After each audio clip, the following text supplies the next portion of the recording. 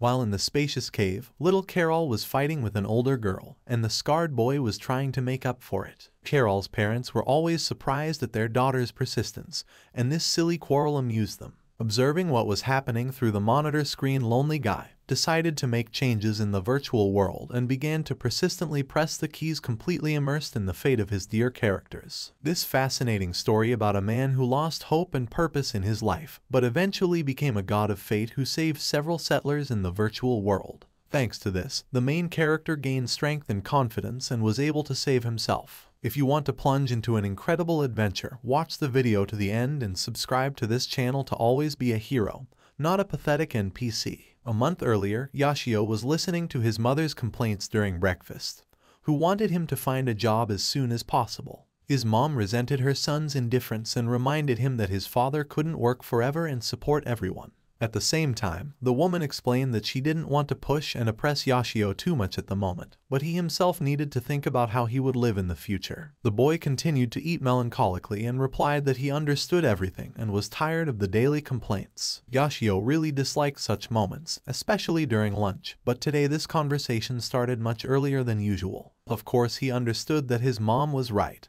but for some reason it just made him angry and even more withdrawn. Yoshio finally accused his mother of spoiling his appetite and hurried to leave the kitchen, even though he realized that he was doing something disgusting and completely wrong. After graduating from high school, Yoshio entered a regular university where any guy could get in without much effort. Learning went well enough and eventually managed to finish the university with good results. Until then everything was going great, but then unfortunately problems started. Despite all the attempts of Yoshio to find a promising job before graduating from university, he could not prove himself and get a job in a good company. A chain of constant failures and disappointments deprived Yoshio of motivation to move on. There was no hope for good results and the guy gradually began to close in on himself. Despair increased because of the fact that all friends and classmates found a good job and constantly developing, and Yoshio was left alone with his problems and felt envy. Every joyful message from a friend caused nothing but sadness, because Yoshio could not boast of his successes. A whole year passed very quickly after graduation, but unfortunately nothing changed. The first year was followed by the second, and in the end there were already 10 years without any results in the past. His mother was worried about her withdrawn adult son, because his peers have long ago found families and successfully built a career. But Yoshio remained a hostage of his failures and loneliness. Yoshio realized this, but he could not do anything about it, because he completely lacked motivation and desire to live. On one of these monotonous days, a strange package was unexpectedly delivered to Yoshio's house. The guy was interested in the interesting logo and decided to go out on his own to pick up the parcel. Mom was surprised by her son's desire to go outside, because it happened very rarely. At the same time, his mother condemned the purchase of junk by a person who does not work. But Yoshio immediately explained that it was probably some kind of winnings and he didn't spend any money. To distract himself from the guilt of not having a job, Yoshio participated in all possible drawings by email, and sometimes he even managed to win and get some prizes. Yoshio tried to pick up the parcels himself, because sometimes he received various items for adults, which he could not show to his parents and had to hurry to the delivery man. The courier asked him to sign the form, and Yoshio hurried to fulfill the request, because he wanted to get his prize as soon as possible and find out what he had won. When Yoshio met his gaze with the courier, the delivery guy seemed frightened. It wasn't strange, though, because the appearance of a guy who'd been sitting at home for weeks could scare even a grown man away. But Yoshio had gotten used to such looks, because it was usually the way the neighbors looked at him in those rare moments when he went out. Having completed his difficult mission to get the package, the guy was a little disappointed by the small size of the package. For some reason, his mother thought it was a food delivery and immediately took offense, because she was a pretty good cook. In the end, when he got to his room, Yoshio found in the package a very ordinary CD with the name Village of Destiny. Nothing but the name was written on the disc, and the guy decided that maybe it was a test version of some game. Attached to the disc was a letter from which the guy learned that he had been selected to participate in an alpha test of a new game. It was also stated that this new game uses the latest version of artificial intelligence, and this exciting game is the first in the world to create characters that completely replicate human thinking and behavior. The player himself will have to act as a god who controls fate and gives the settlers prophecies. Once a day you can give settlers instructions for the development of their village, and other features of the game each player can learn during the process. All of this seemed to Yoshio like the usual advertising that often exaggerated the game's capabilities. The plot of the game seemed trivial, because judging from the description it was necessary to deal only with the construction of the village. At the very bottom of the text was written a request not to tell about the features of the game before the official release, as well as a request not to distribute any details on the internet. Violation of these rules and obligations will revoke all players' rights to this game, and their account will be immediately banned. It all looked like a normal contract or agreement when starting to use the program. Especially Yoshio didn't understand how they could find out who exactly posted the details of the game on the internet. But in any case, the guy had never done game testing before and decided it would be interesting. Then there were two more important things to keep in mind. Firstly, before starting the game, you had to make sure that you were connected to the network. And secondly, if the settlers died, you could not repeat the game again, since the game was permanently saved and could not be restarted. Such rules seemed too harsh, and Yoshio decided that even with all his experience as a player, he would have to make an effort to play the game effectively. And even if the game is filled with perfect balance, such conditions would prove unnecessarily difficult. It all seemed rather contradictory, and Yoshio wondered if he should even install this suspicious game on his computer. Yoshio decided to search for information about this game on the internet, but to his surprise the search yielded no results even on the most popular sites for gamers. Yoshio assumed the presence of a huge number of viruses on this suspicious disk and decided to use his old computer, which had been dusty under the table for a long time, because it was a pity to risk a quite modern laptop. At the same time, expectations were not too high about this game, because most likely it was all bogged down and unfinished, or the disc could be someone's stupid prank. In fact, all Yoshio did every day was play games or surf the internet, because he had a lot of free time and was too narrowly focused. Eventually the guy decided that even if this game disc turned out to be a stupid joke, he could chat about it in the chat rooms. After the dusty old system unit absorbed the suspicious disk and roared approvingly, the name of the game appeared on the monitor, and that wasn't a bad thing.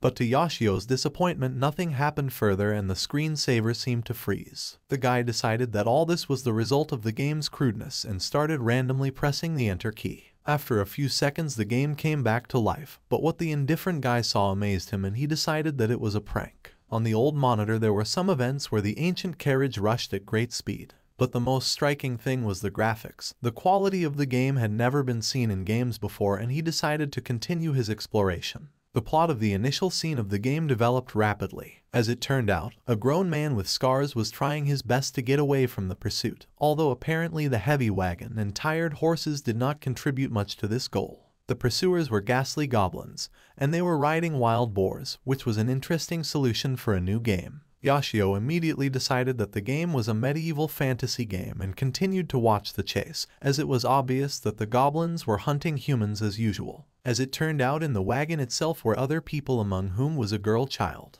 All were visibly frightened and hoped to be saved. One of the girls, a beautiful blonde, was praying to the god while clutching a strange book in her hands. In the meantime, one of the pursuers decided to destroy the wagon with a powerful axe blow and reach the prey. The situation was getting hotter by the second, as the men seemed doomed. Yoshio decided to try to influence the situation and started clicking his mouse, waiting for some reaction from the characters. Yoshio determined that the nasty goblin was trying to bring down the horse, and that would allow him to get to the victims. But at that moment, the guy driving the wagon took up the hilt of his sword and got ready to repel the attack. A desperate battle began at breakneck speed, and the man engaged in unequal combat with two brutal goblins, trying to fend off their attacks and drive the wagon at the same time. The man did not have time to fight two opponents at once, and the goblin had already brought his blade over the horse's head. But at that moment, the book in the girl's hands flashed with a bright light. The magical light intensified manifold and became unbearable for the goblins,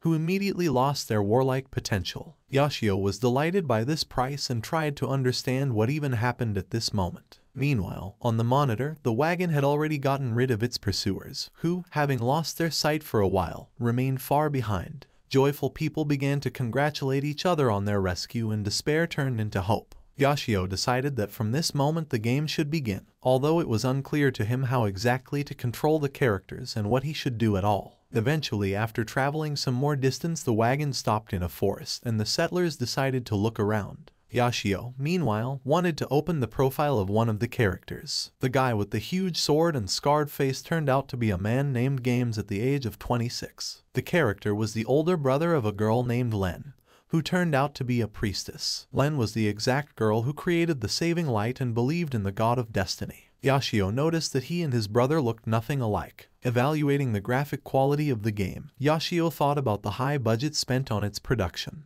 And this level of graphics will definitely please all gamers and make them actively discuss such a novelty in the network, especially if the game is created in Japan. It was obvious that all these 5 characters are the main ones in the game. The little girl turned out to be named Carol, and she was only 7 years old. She possessed a high level of judgment and energy. The second man, named Rhodes from the description, kept a small grocery store and was always there for his wife and daughter. His wife Layla, in her 30s, was 3 years younger than her husband and was a caring mother. Yashio watched the characters of the game with interest, but did not understand at all how to control them and influence the events. Then the guy remembered about the paper, which was with the disc and where it was indicated that you need to manage the events in the game with the help of some prophecies. Right at that moment, the speakers came alive with a strange sound. At this point, a dialogue box in the form of text popped up on the screen, and Yashio decided that the game wasn't fully voiced yet, and so he would have to read the bulk of the information. Meanwhile, Games apologized for not being able to effectively fulfill his purpose of guarding the village, and all he could do was allow some of the settlers to escape.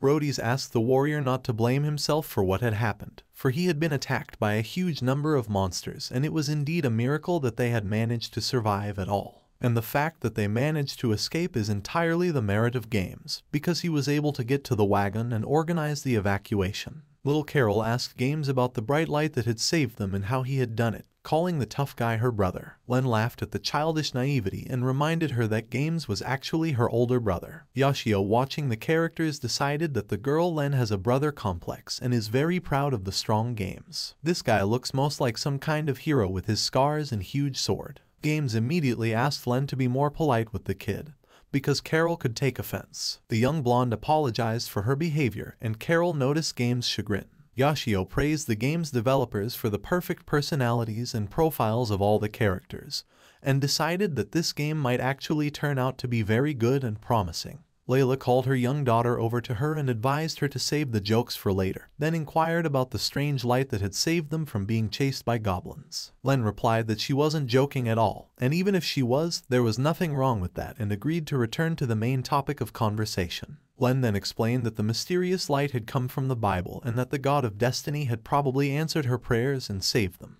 Just at that moment, an information window appeared on the screen, offering the player to become a god for the settlers and show them the right path to development. As it turned out, it was impossible to control the characters directly, but once a day the player could fill a page in the Bible by sending a prophecy to the people. After that, it was suggested to create your first prophecy and get on the path of adventure. Yashio froze with bewilderment for a few moments, because now he realized that instead of choosing options for the characters' actions, he had to write text to influence their behavior. There was no such control system in any of the games, and Yashio thought about his first prophecy. In the end, the guy decided that he shouldn't worry about the results of his prophecies, because most likely the game can only perceive simple words or some banal sentences. Creating the first prophecy took quite a long time, because Yashio tried to compose the text in such a way that it really looked like a divine prophecy. After all, if the artificial intelligence could understand even a tenth of what was written, it would prove the uniqueness of this new game. Yashio was very curious to see what kind of reaction this hyped high-tech artificial intelligence would give, so he sent his prophecy with a single keystroke.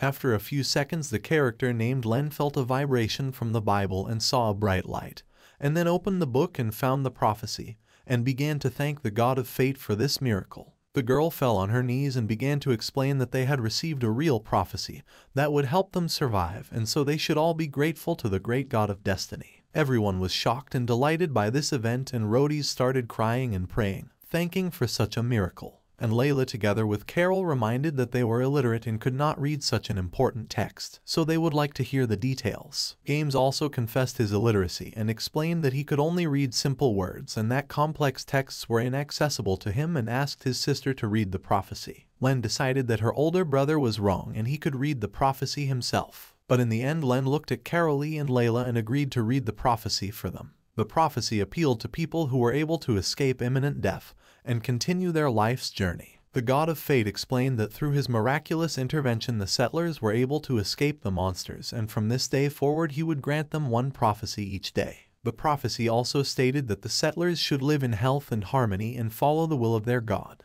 The first task from the god was to harvest wood and guard the place where they would live. All the characters thanked the god for his instructions, and it caused inexpressible emotions in Yashio. The guy couldn't believe in the existence of such a unique game mechanic that seemed simply magical. Meanwhile, the settlers thanked the God of Fate for his attention and care, because now they felt much lighter after the terrible events. The characters in the game literally radiated hope for a better life, and were motivated to achieve new things. Yashio realized that everything that was happening on the screen was the result of his prophecy, and the settlers really fully understood the complex text he had composed. This kind of game-making technology was truly decades ahead of its time, and Yashio was thrilled to be able to touch this masterpiece. Yashio immediately forgot about his never-ending drowsiness and became completely engrossed in what was happening on the screen. He decided that if the characters could understand and respond to his messages, this virtual world would be a wonderful adventure for him. Yashio tried to realize the huge potential of this great game and decided to fully immerse himself in the virtual world.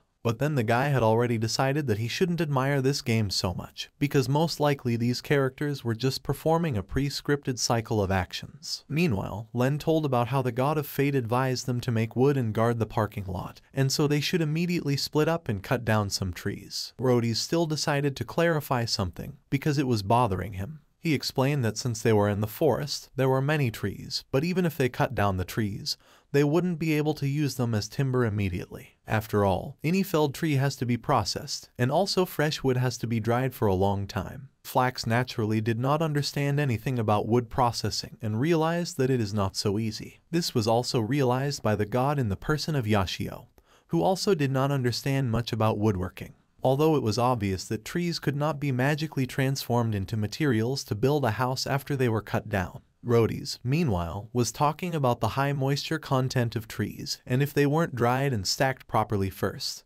they would eventually warp and become unusable. And if improperly dried wood is used in construction, defects can show up after the work is completed and the entire structure will collapse. Len apologized for her ignorance and thanked Rhodey for the important information. This information was an eye-opener for Yashio, and he realized his mistake when he made the first prophecy. Rhodey explained to the rest of the settlers that most likely divine thinking is not comparable to mere humans and God has his own plans. So they really need to cut down a few trees to begin with, and then they can be left to dry and used later. Yashio, watching what was happening on the monitor, appreciated this character's ability to think. Rhodey and Games started opening drawers in the wagon and pulling out tools, while the girls meanwhile surveyed the area. Yashio guessed that the men were preparing to cut down trees, while the girls decided to take a walk through the forest looking for something edible. After a few minutes, Yashio figured out that by scrolling the mouse wheel, the camera could be zoomed in or out, and decided to examine the current location.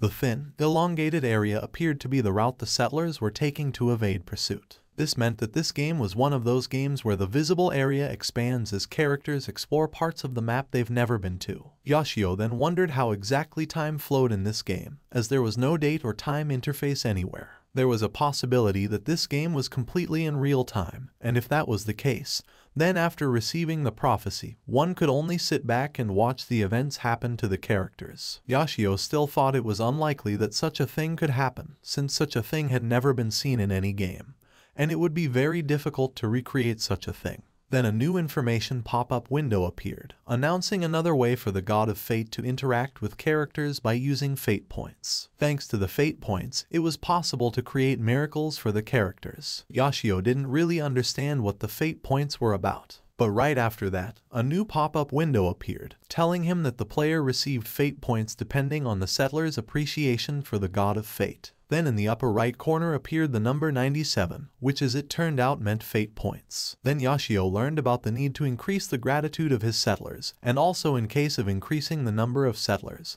he could get much more fate points. The quality of the prophecies had a special influence on the settlers' gratitude, of course, and that was the most important factor. Yoshio decided that now he would have to think about his prophecies as carefully as possible, because the number of points he received depended on it. It also appeared that if the village prospered and the number of inhabitants increased, the effects of the miracles would increase significantly, so he would have to try his best to achieve this. After that, Yoshio decided to take a look at the miracles that could be created. From the options offered, it was possible to create different events, such as a visit from a merchant, a visit from a traveling doctor, as well as a stop near a hunter settlement and even a reunion of all surviving residents. These options pleased Yoshio, and now as a god of destiny he could influence people's beliefs and control their perceptions of the world. Yoshio then continued to explore the menus on offer and learned that he could even control the weather, and such capabilities really made him feel like a god himself. However, creating miracles required a large amount of fate points, and it wasn't clear which miracles to use right now. All of this added to the complexity of the game, and Yoshio didn't like to exert himself too much. In the end, he decided to listen to the settlers and find out what they were talking about, and then decide which miracle to use first. Games and Rhodys had already cut down the first tree and were cleaning the trunk. Rhodys was glad that it would be much easier for them to settle in now that they were under the protection of the god of destiny. Both men hoped that this dry weather would last as long as possible, and that they would be able to establish themselves in this wooded area. Rhodys mostly spoke, while Games limited himself to short phrases. Yoshio noticed how Rhodys was constantly trying to communicate, but all his attempts failed because Games was cold. Yoshio realized that this kind of communication between guys is unlikely to help quickly and well establish a new life, and decided to find out how things were going for the girls. While picking edible plants, Len asked Layla how many provisions they had managed to take with them during their escape. Layla told her about the 3 crates that were in the wagon for the market, and that was the only thing she had been able to take with her. But if they rationed the portions, there would be enough food for about 2 weeks. Len decided that 2 weeks was not a long time and it would be a good idea to find a stable source of food by then. Hizio thought about the idea of using the merchant's call, but it was unknown if the settlers would be able to buy food from him. Yoshio guessed that in order for the settlers to be able to provide their own provisions, they would need to fish and look for other food in the surrounding area. Yoshio decided to explore the area and see what edible resources could be found in the area. As it turned out, there were mushrooms and various berries nearby, but Yoshio wasn't sure if he should send Games to explore the area tomorrow. If he did, he would leave the people of the settlement without a single warrior protector. In the end, using his selfish logic, Yoshio decided to use Little Carol for this purpose. After all, if this is a normal computer game, then it was necessary to act rationally. And Carol in this situation was the most useless character, and she could be sent to explore the territory. But in the end, Yoshio gave up this idea, because if the characters die because of his rash actions, he will feel remorse, and the guy decided to think about the wonders that he can use. Among the many different options for using fate points, Yoshio noticed the possibility of summoning a familiar. It seemed like a great idea, because with the help of such an acolyte it would be possible to safely explore undiscovered areas of the map without endangering the main characters of the game. As it turned out, there were more than 50 possible familiars, including unicorns, slimes, and other strange characters. Yoshio decided to choose birds, because they would allow him to explore the map faster by flying. But unfortunately for Hizio, all of them were too expensive and couldn't be used at the moment. As it turned out, even the most ordinary dogs and cats were worth a lot of fate points, and the maximum that Yoshio's points were enough for was a silly-looking chicken. Yoshio decided that the chicken was not the worst option, because it could lay eggs and help the settlers with food, but of course it was not designed for scouting the territory. It became obvious that the only way to earn points is to increase the appreciation of the inhabitants, and it seemed too tedious. But soon an information window appeared with an offer to increase the number of fate points through a payment system, and this interested Yoshio. It was offering to spend 1,000 yen and receive for 10 fate points that would be instantly added to the account. Such prices did not please Yoshio at all, because such a system was not suitable for an unemployed person. Although of course this system of donations is used in many modern games, but it was strange to see such a thing in the test version. Yoshio realized that the points he had at his disposal would not be enough for a surname, but if he spent 20,000 yen, he could afford to buy a cat or a small dog. And in addition to acquiring familiars, the fate points could also be used to provide the settlers with a peaceful life. Yashio quickly found his account statement in his desk and found out that he only had 10,000 yen left at his disposal. Yashio decided to sell the books and games he had accumulated, which would bring in a reasonable amount of money. It would also be possible to auction off all the undisclosed prizes he had won during various silly contests. The guy continued to think about his future actions and did not even notice how the evening came. Meanwhile, in the virtual world, the settlers were about to go to bed, even though it was only 9 o'clock in the evening. Len and Carol synchronously said goodnight to Games, calling him brother at the same time. Games only nodded in response as he continued to sit by the fire. Rhodys was surprised at the warrior's behavior and asked why he wasn't going to bed with the others. Games replied that everything was fine and decided to stay to guard their new settlement, for there was no telling when the monsters might attack again. Rhodys agreed with the warrior in charge, but then reminded him of the divine miracle they could observe. Rhodys was confident that the god of destiny had been constantly watching them ever since he granted his prophecy, and so the monsters wouldn't come close thanks to such a defense. Games was not so optimistic, though he agreed that being invulnerable was a good thing.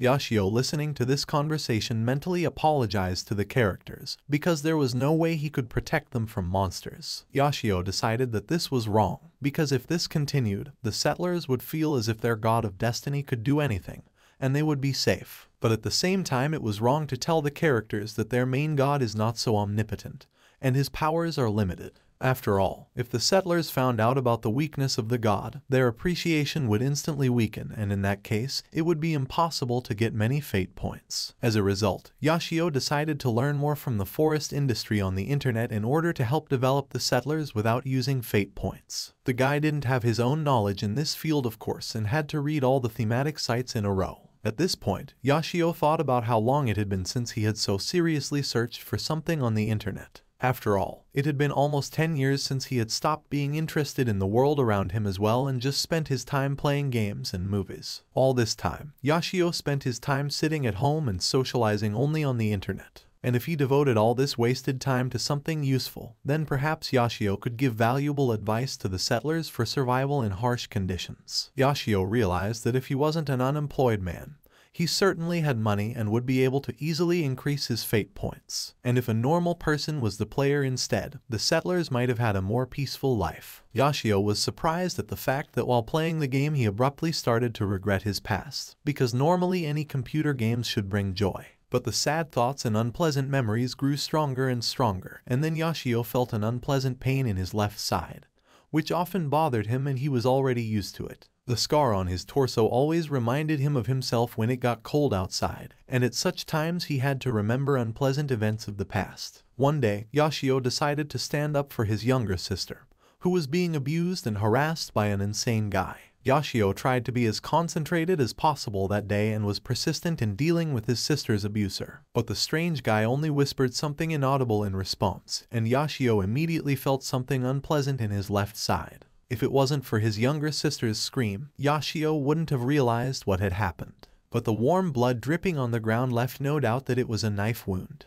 The nasty guy took pleasure in twisting the knife, then pulled it out sharply. This time the piercing pain stunned Yashio and he fell to the ground, losing his strength. The guy with the knife decided to finish what he had started, and at that moment Yashio felt a real terror in front of his dangerous opponent. Then something happened that Yashio was always ashamed to remember even in private. He simply ran away from the scene, leaving his little sister next to the bastard. From that moment on, everything went wrong, and no matter what Yashio did, it never worked out well, and his own insecurity grew stronger with each passing year. Yashio decided not to remember those unpleasant events again and wanted to fully immerse himself in the world of gaming.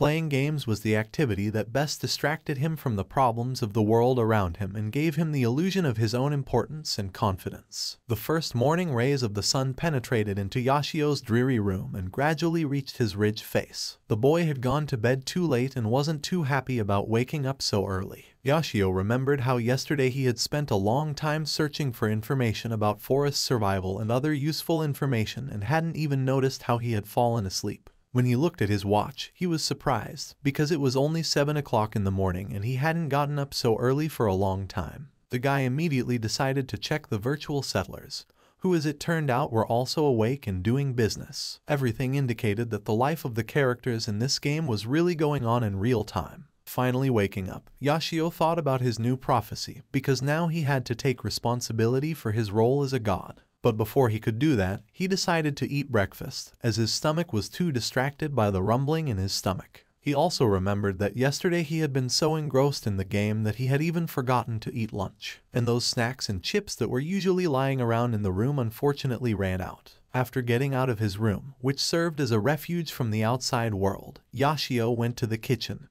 hoping that there was no one there. But as he approached the door, he heard the voices of his mother and sister. Yashio didn't want to meet his relatives and immediately stopped hesitating to enter the kitchen. The whole family except Yashio was having breakfast chatting about the upcoming business. His father warned him that he would be late for work, and his mother asked him not to overwork and to be mindful of his health. Yashio remembered how since that incident in the past, his father and younger sister often argued about finding a job for him, but never spoke directly to him. Yashio imagined walking into the kitchen and trying to join his family during breakfast. But all of that would be too silly. After all, the rest of the family eats breakfast so that they can work hard throughout the day. Yashio felt like a useless guy without a job, and it was embarrassing to look into the eyes of his relatives. Still not daring to enter the kitchen, Yashio decided to go back to his room and get some exercise to take his mind off the feeling of hunger. After that stabbing incident and the shameful escape, working out had become a routine for Yashio,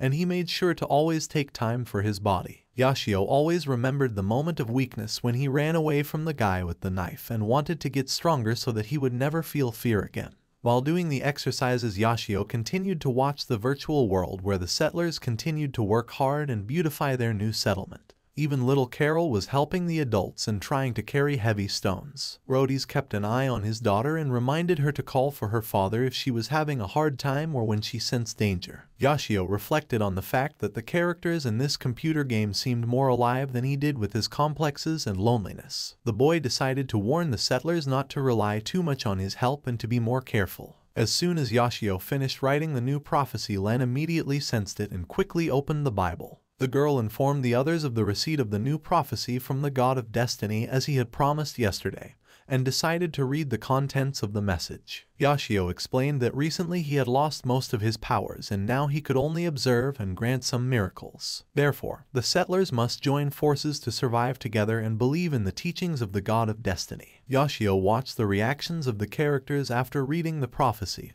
and began to worry, because everyone just kept silent thinking about such a strange message. Hizio decided that maybe these people were disappointed in the God of Fate making excuses for his powerlessness and needed to write something else in the prophecy. But Len ended up saying that it was fine since the God of Fate would be watching over them all the time. Yashio hadn't expected that reaction and was surprised. Rhodys was also happy and thanked the god for his blessing and decided that he had probably lost his strength during the constant battles with the hordes of demons. Rhodys urged everyone to be strong and not rely only on the God of Fate for help, and suggested that they get busy defending the settlement. Yashio was glad that the settlers didn't hate him for his prophecy and still respected him, because his fate points had increased to 110 in just one day. Yashio was now convinced that the content of the prophecy really did affect the number of fate points he received. He wondered if he would be able to use the miracle at least once a week with such progress. But of course this was still very little to create a peaceful life for a group of settlers. After all, such conditions were too hard for the girls to live in and they were already tired of sleeping in the uncomfortable wagon. Len was also worried about safety and felt that they should build a wall or at least a fence. After all, that was the only way they could increase their defense against monsters and feel more secure. Layla agreed, but reminded that they couldn't use logs for the wall because they needed them to build a dwelling.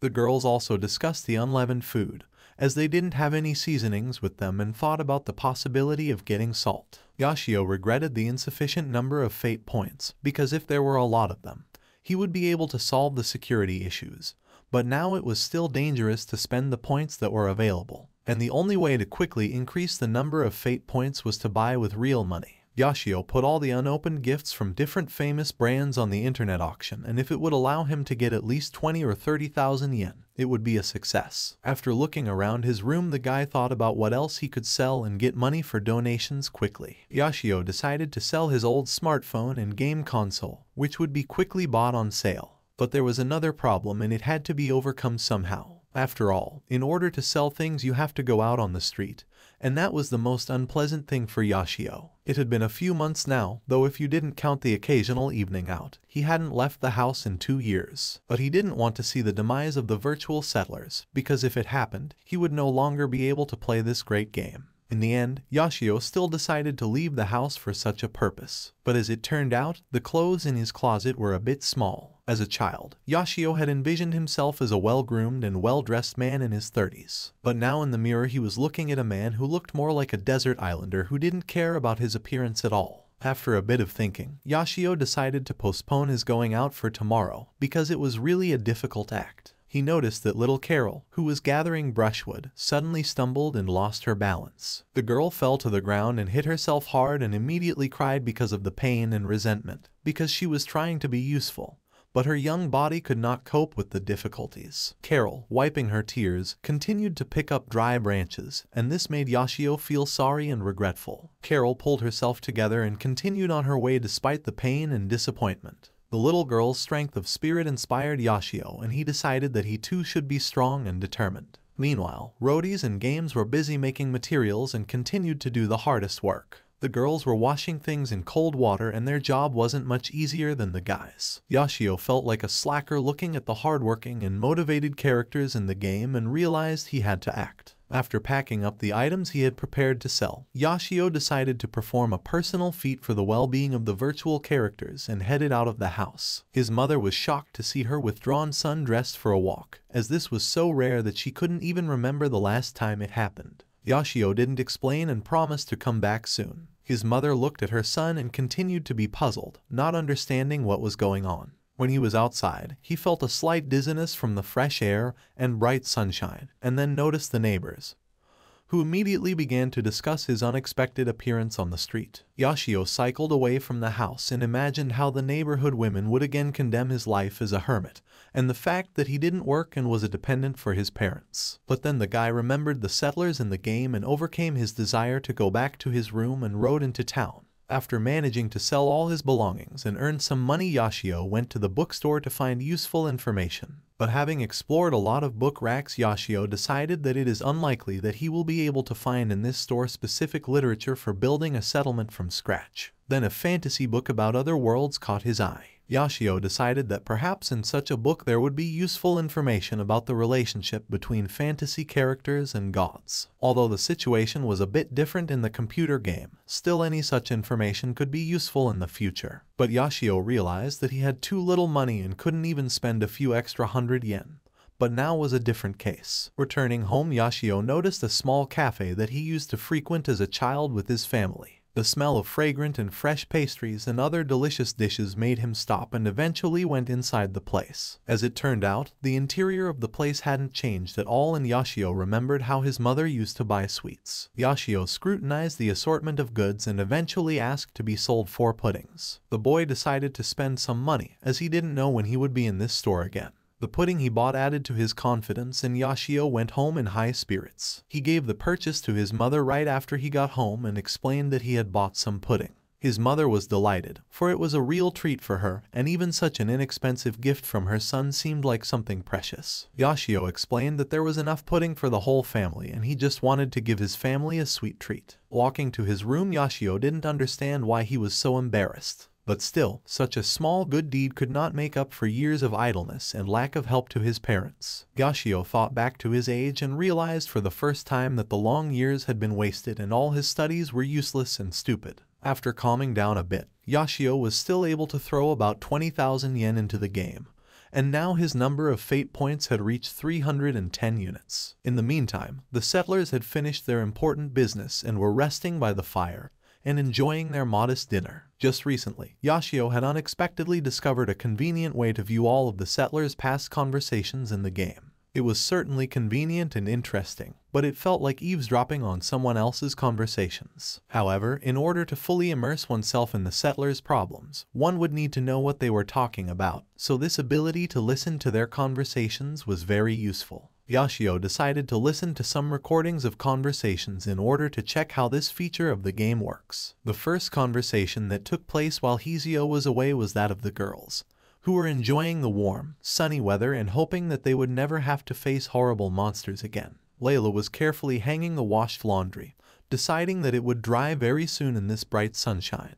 Len was glad that they were close to the river and that the water was always clean and fresh. Then the girls discussed how they longed to take a bath, but in such an extreme situation it was an unacceptable luxury, for it would be foolish to be in such a vulnerable position during a monster attack, and there was no way to hide from the eyes of the men while bathing. But Layla admitted that she wasn't too worried about anyone seeing her naked, because her husband had often seen her like that, and Games would hardly be interested in the body of an old woman like her. Little Carol, as usual, repeated everything after her mom and said that she didn't mind if Big Brother Games looked at her naked mom. This caused Len embarrassment and confusion, and she immediately said she was against it. Len explained that although her brother was a calm and collected man, and more sensible than most, he was still a man and could not be indifferent to the sight of a woman's naked body. Yashio decided that he had nothing to worry about with these two girls, although Len's brother complex seemed to be more serious than he had expected at first. But as it turned out, the rest of the conversation was mostly the usual female chatter. Yashio rewound the tape a bit and noticed Layla talking about the monster attack on their village and how quickly the horrible creatures were wiping out the settlers. Len also began to remember her small village, which had a great stone wall around the whole village. It seemed much more secure and strong than the other settlements. In addition to the protective walls, there were always a few experienced hunters in the village. But despite all these factors, the monsters had not been able to resist the attack, and now this beautiful village was completely destroyed. Carol, despite her young age, of course understood the horror that had happened to them and remembered the good neighbors who lived nearby,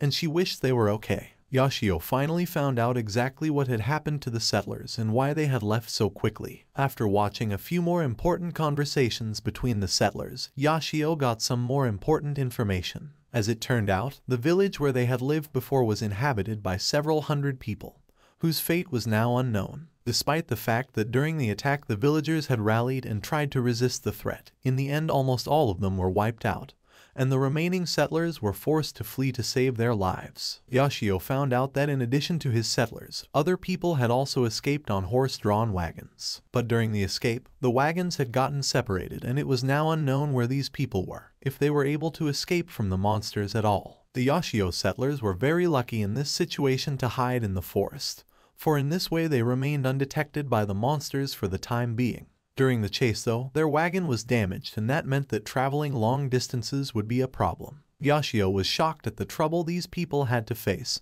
for they were on the verge of death. Now Yashio finally understood the meaning of the proposed miracle called the reunion of the rescued residents, because most likely it allows to unite all the people who managed to get out of the destroyed village. In the future, he will make sure that all the survivors are united together, because in this case they will have a better chance of survival. Just at this moment, his mom called him for lunch and told him that she had already prepared the food, but he didn't answer and continued to explore the virtual world. He was surprised to see his father at the table after a few minutes, as he didn't usually come home so early from work. Yashio remembered that after he became unemployed, they only saw his father a few times a month. But his father never reproached him for his inactivity, and always told him that he could do whatever he wanted. This relationship continued even after that horrible stabbing incident. One could say that the more correct the father behaved, the less interested he became in his son's fate. This time his father inquired about his younger sister, who had not yet returned from work. Yashio, of course, knew that his younger sister Sayuki was also working hard,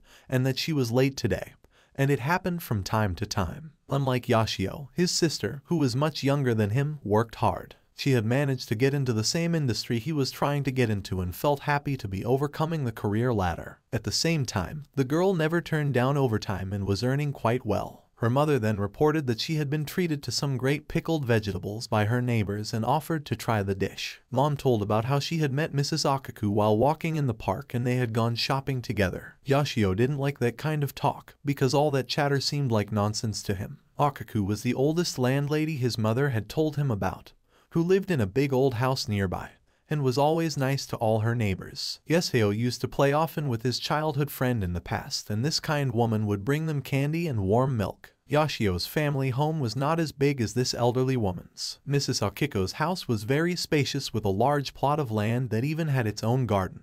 Yashio also realized that he could remain unemployed and not be afraid of being kicked out of the house just because his father was a real workaholic with a very good income. After a few minutes, Yashio finished his portion and decided to go to his room. But his mother suggested that he take the pudding with him, and then told his father about how Yashio had gone out today and even bought dessert for the whole family. His father was very surprised to hear such incredible news and gladly agreed to try the pudding. Yashio felt awkward at this point and decided to retreat to his room as soon as possible. Once in his safe place, Yashio quickly finished his pudding and continued to watch as Games sat silently by the fire guarding the other settlers while they rested. Such responsibility from this guy seemed unbelievable, because absolutely he wanted to sleep too, but he was still taking care of the others. Games gave the impression of a really reliable person, and that aura of silence and calmness reminded Yashio of his own father. Games was the only experienced fighter among all the settlers. Rhodys and her family were practically useless in matters of defense, and Len was also not suited for battle, for all she could use was healing magic. Yashio began to realize that not only the settlers were depending on Games, but he was also depending on this guy, and it would be good to strengthen the defense of the settlement with new people. The only possible method of adding settlers was to use fate points, but the price for such an action was too high. There was also an option to save a bit of money. Among the available options was randomizing the miracle with gambling mechanics and unpredictability, but it was too risky, because if you were unlucky with the result, it was quite possible that this choice would lead to the appearance of bandits and then defeat in the game would become inevitable. In addition, getting hooked by unpredictable mechanics is like a bottomless swamp, and it would be the wisest decision not to use a random event in the game. At the same time, a familiar was required for settlers, and it was felt that it was necessary to leave fate points for this action as well, especially since unpredictable situations could occur for which one would also need to leave a reserve of fate points. Yashio thought about all the possible courses of action and was surprised at how much he was worried about a simple computer game, because this had never happened before. Then the guy decided to think about serious questions tomorrow, because today he was tired because of his first outing in a long time. Yashio mentally apologized to the nonchalant character by the fire and went to bed. The guy didn't really want to part with the virtual world, which seemed much more interesting to him than the dull reality, but still said goodnight to the settlers and got up from the chair. But as he took a few steps toward the bed, he heard a loud announcement of an unexpected attack on the settlers, and his sleepiness instantly disappeared. This came as a complete surprise to Yashio, and he started shouting, hoping to warn the sleeping characters, not even realizing that they wouldn't actually hear him. But luckily Games took over that role, and within seconds all the settlers were awake. Games explained that he sensed the monsters approaching and ordered his little sister to protect the others and not to get out of the wagon, whatever happened. Rhodys asked his wife and daughter to hide by the range, as there was no way they could defend themselves from the monsters. Carol had already habitually called Games her brother and asked if they would be alright. Without taking his eyes off the forest, Games tried to reassure the girl and promised to solve the problem. Len wanted to join her older brother during the battle, but Games did not allow her to do so and reminded her of the healing magic she would have to use to take care of the others. Len started crying and praying in fear, while Hizio tried to see the monsters, but because of the darkness he couldn't see anything. After a few minutes, several snarling wild monsters came out of the woods, and they were very aggressive. Yashio was shocked by the frightening sight of the black dogs. These monsters, unlike ordinary dogs, were ferocious predators with enhanced physical abilities,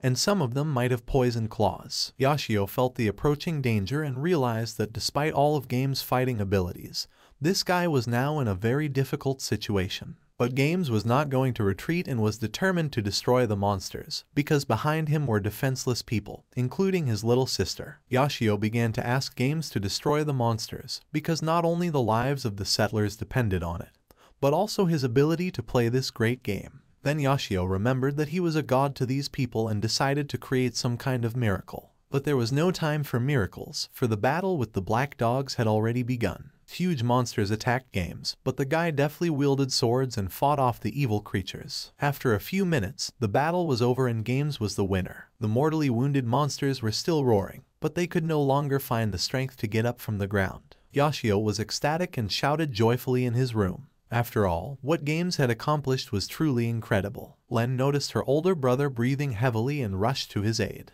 But suddenly Games apologized in a trembling voice and said that from now on he would rely on Len. After these words, the brave warrior lost consciousness and collapsed to the ground with a heavy weight. Len screamed in horror, not understanding what exactly had happened to her beloved brother. Yoshio could not believe what was happening, and his joy was replaced by despair, because Games was able to quickly destroy the monsters, and why he fell was not clear. Meanwhile, Games was breathing hard and gritting his teeth in sharp pain, and Len was begging her brother not to die and not to leave her alone in this world. Len felt her older brother's body grow cold and was frightened about his condition. The girl tried to bring Games back to consciousness, but she was unable to do so. Yoshio was as worried and frightened as Len, not understanding what had happened to the brave boy. The other settlers rushed to help. Rhodys asked Len to calm down immediately and decided to watch Games. As it turned out, Games' pulse was weak and his body temperature was gradually dropping. It was also noticeable that the brave warrior's face had turned drastically pale. Rhodys then noticed a deep cut on his arm and immediately realized what exactly had happened during the battle, for such a shade of wound indicated the strong effects of poison. Rhodys explained that one of the black dogs had poisonous claws and asked Len to use an antidote spell. Yoshio rejoiced and decided that if Len could use the healing spell, then Games would be saved and he would be well soon. At the same time, he felt fear of blood, even though he realized that he could only see it on the screen of his monitor. But unfortunately, the younger sister admitted she can't apply the healing spell, as she didn't have time to learn such a technique. Then the girl asked to check the luggage that was in the wagon, because maybe there was some antidote. But Rhodys replied sadly that they had nothing of the kind and could not help Games. Little Carol was horrified at what was happening and cried, holding on to her mom. But Layla couldn't help the situation either and only tried to comfort her distraught daughter. Len was desperate and kept begging her older brother not to die, but somehow none of the settlers could help the wounded man. The girl sobbed and begged the god of fate to intervene and save her brother, promising to do anything for it. Len could not calm down and continued to sob, waiting for the appearance of a divine miracle. But nothing happened, and the body of her beloved brother was losing its strength with each passing second. Yoshio was in despair. The fate of the whole settlement hung in the balance, and he did not know what to do. He realized that people were relying on him as a god,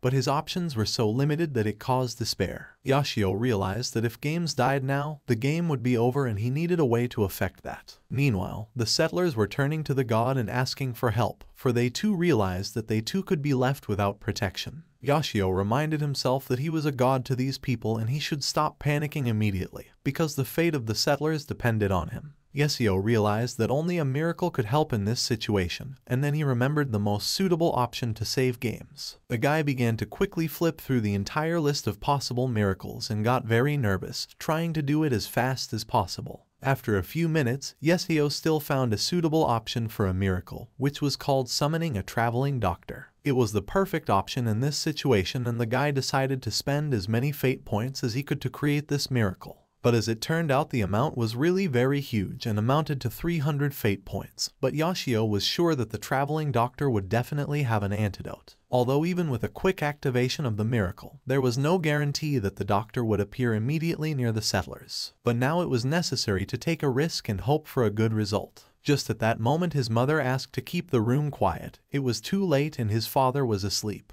Yoshio, as usual, did not respond to his mother's words and continued his passion for rescuing the settlers. Yoshio wondered if it would be too suspicious if the traveling doctor showed up unexpectedly at night. After all, it was midnight now, and the time in the game was a complete copy of real time, so it would be unusual to create such a miracle so late. It was critical, for Hizio saw how desperately Len was trying to help her mortally wounded brother, and there was no time to think about the consequences of the wandering doctor's appearance. In the end, a few minutes after the miracle was activated, the traveling doctor emerged from the depths of the night forest to meet the settlers. It was a surprise to the frightened people, and the only man who was able to hold a weapon grabbed his sword and decided to defend the woman.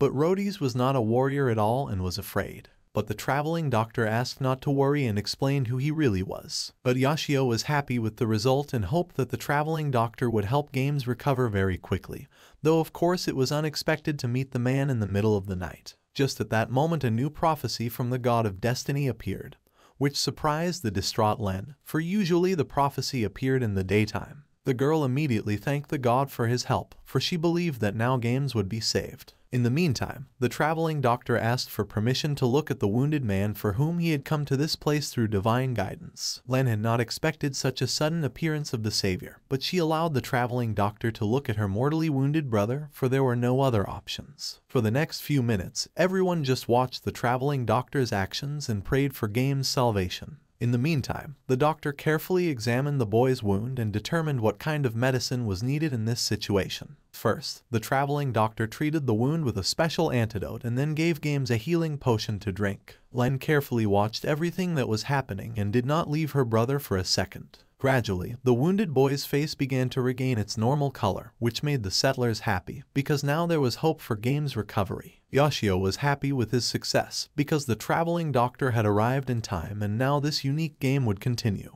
Yoshio mentally thanked the traveling doctor for saving all the settlers and giving him hope that the game would continue. Meanwhile, Rhodys noticed an open Bible and a new prophecy sent by the God of Destiny, and decided to find out what the message was. The God of Destiny explained that he had sent the traveling doctor to save the brave warrior, and thus showed his favor to Games. But it should not be forgotten that from now on the ordeal would continue and he would always watch over them. Yoshio chose to write much more simply this time, so that his phrases didn't sound as divine as before. But even such a prophecy pleased the settlers, for they felt the confidence and protection of the god once again. Yoshio was pleased that his settlers had done a good job, but from now on he had spent all his fate points and could only observe their actions and prompt them with prophecies. The next morning Carol and her mother decided to go berry picking and were feeling much better, hoping for Game's speedy recovery. In the meantime, Rhodys decided to train and learn how to wield a sword at least a little, because he realized that he was the only protector for women. But suddenly a strange sound was heard in the forest that frightened him. As it turned out, it was an ordinary rabbit.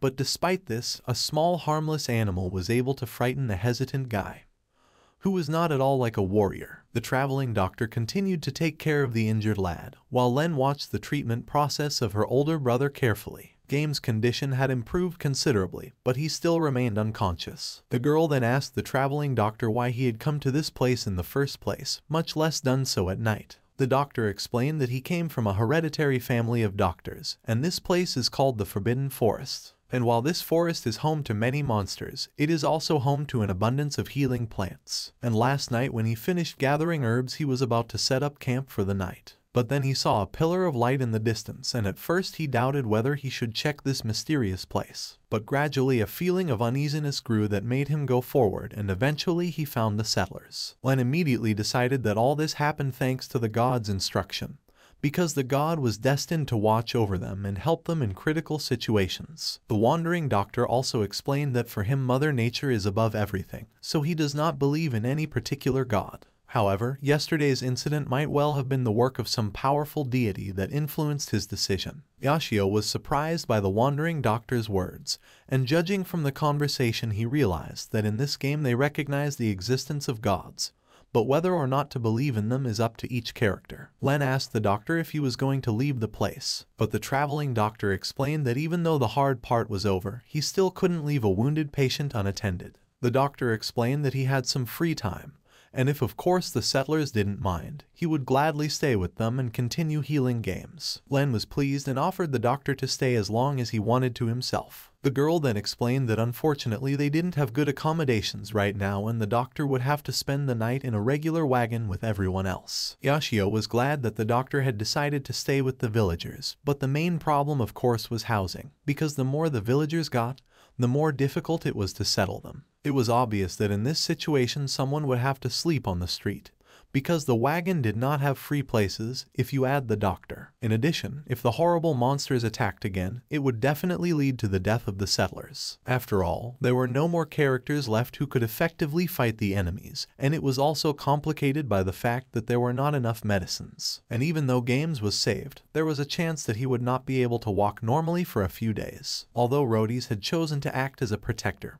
his abilities were at a very low level. The most important thing the settlers needed right now was a safe place to live. Yoshio thought about how he could properly use his remaining fate points to solve this problem. Just at that moment, the traveling doctor told him about an abandoned mine that was nearby, and explained that it was a place where they could protect themselves from the wind and rain. He explained that there were tools left by the miner in the mine that would be useful to the new settlers. Yoshio was surprised at the doctor's suggestion, because first of all he knew this part of the forest very well, and then he offered to move to a safer and more comfortable place to live. After all, such a change in the place of residence could solve many problems with safety and comfortable rest. Rhodys asked the traveling doctor to show him the route to the abandoned mine, because he wanted to reach their destination before dark. But as it turned out, the destination was only a 5-minute drive from the former parking lot, so the settlers could even return safely to pick up the valuable timber they had harvested to build their dwellings. Eventually, the settlers found themselves in front of a huge door that allowed large loads to be brought into the mine,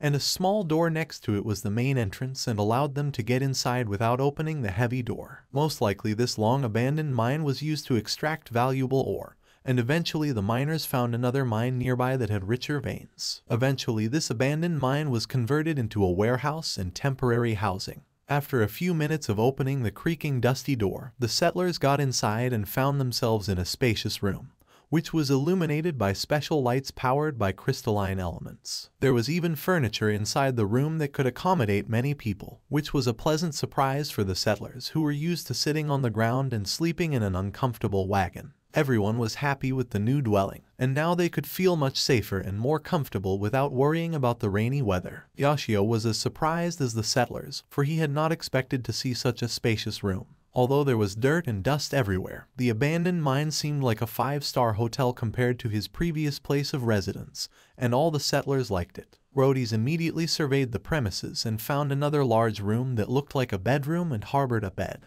The traveling doctor explained that the miners themselves had made all these rooms in order to rest peacefully in the rooms. Yoshio watched with interest as his settlers happily explored the new rooms and didn't even pay attention to the words of the traveling doctor, who told some stories about the miners and the creation of these mines. Unlike the other settlers, Len continued to take care of her older brother and told him that they were now in a safe place. The girl wanted to see Games healthy again as soon as possible. As it turned out, there was even a spring water source inside the cave, as well as a beautiful stone stove along with cooking tools. It was indeed very easy to do housekeeping in this place, and Layla imagined how she would prepare food for all the settlers. But before that, Layla suggested that everyone should do a massive cleaning job in order to gradually establish a new life in this place. Yoshio felt sincere gratitude to the traveling doctor, because thanks to the doctor his characters were able to get a place where they would be safe and secure behind strong doors. While the settlers were busy cleaning the place as well as assigning rooms, the traveling doctor was making new medicines and monitoring the patient's condition.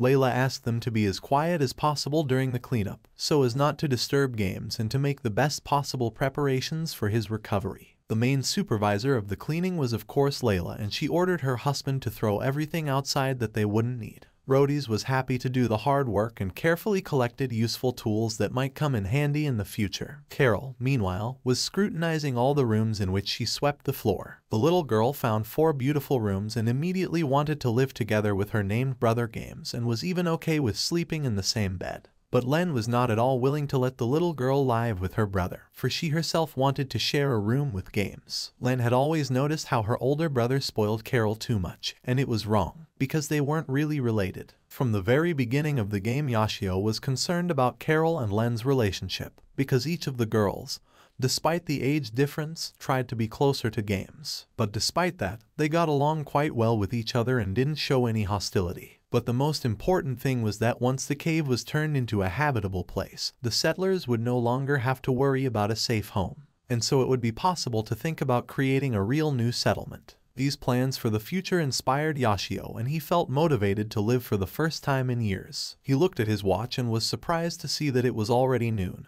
and he hadn't even noticed how quickly the time had passed. But there was a strong feeling of hunger, and it made him take his mind off the virtual world for a while. The boy decided to go to the kitchen and eat something, but as soon as Yoshio left the room, he immediately met up with his little sister, whom they usually preferred not to see. Sayuki immediately showed her negative attitude towards her older brother, and Yoshio looked into Sayuki's eyes for the first time in a long time. The awkward situation lasted for a few minutes, and eventually Yoshio asked his sister if she was off today. But the girl continued to look at her brother contemptuously and didn't answer the question. Saki then stated that she would like to go downstairs and have lunch and asked her brother to step aside.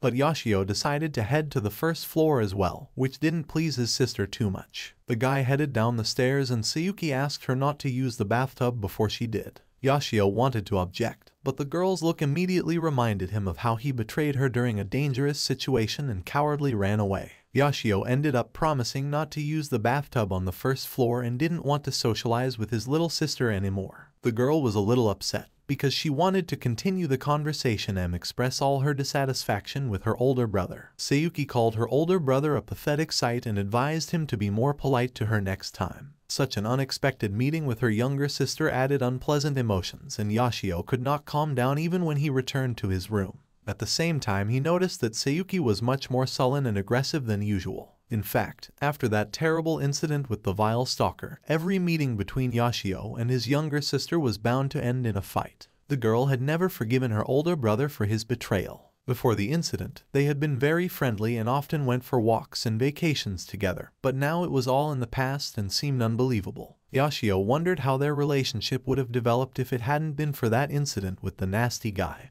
and most likely their relationship would have been normal, and their life would have been different. But in the end, Yashio decided to move on, because even if he regrets the past, nothing can be changed. He decided to check on the settlers, and they should have finished today's work on the new place of residence. Yashio quickly looked around the new location, which looked much better after the mass cleaning. There was also a lot more free space due to the discarded unnecessary things. Layla, together with her husband and daughter, finished the small jobs, while Len went to check on her injured brother and see if there was any change in his condition. Carol thought it was too mean of Len and wanted to check on her so-called older brother too. But Rhodys explained to his daughter that there was no need to do that right now, because Len and Gates needed to be alone, and Carol could stay with her father and help him explore the cave. The girl was excited and promised Rhodys to help him, though of course she wanted to check on Games. Carol decided to wait for Games, whom she still considered her brother, to recover and then show him the new place where they would live. Len offered the traveling doctor some rest while she tended to her brother. The doctor agreed and explained that at the moment the symptoms of the poisoning were subsiding, and so he could leave the patient alone for a while. Before going to rest, the traveling doctor asked to call him immediately if anything unusual happened to the patient. The girl promised to follow the doctor's instructions and thanked him again for his help. Len took her brother's hand and began to quietly pray for his recovery. Yashio decided that Game's condition had stabilized, and so it would be right to leave him alone for a while. But then a strange option called sleep suddenly appeared.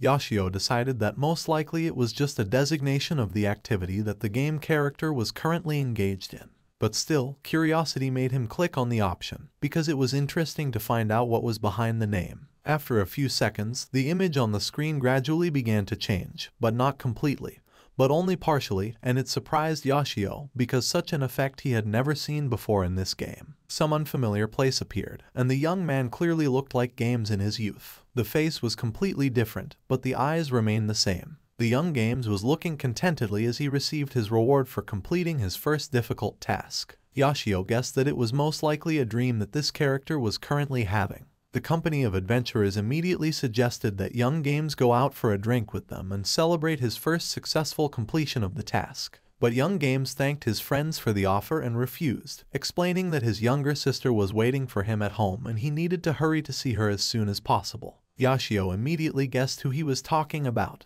for the younger sister was of course the blonde Len. From this dream, it was obvious that in the past Games had a very ordinary life, and apparently it was too long ago, because he did not have a single scar on his face. Soon the young man found himself at home, hoping to see little Len. But waiting for him at home was a rough drunken man who turned out to be his father. The rough drunkard was not too happy about his son's appearance and only snorted when he saw him at the door. Games immediately reprimanded his father for his drunkenness, but in response to these words an empty bottle flew at him, followed by accusations of disrespect for his own father. The boy threw a small bag of gold coins at his father as payment for looking after his little sister during his absence. The old drunkard had instantly mentally converted the gold coins into booze and was no longer paying attention to his son. But Games demanded an immediate explanation of his little sister's whereabouts, and in response the drunken father silently pointed to the stairs leading to the cellar. The boy immediately rushed to find the girl and learn about her condition. But what he saw shocked him, for the little exhausted body was lying on the dirty floor, shivering with cold.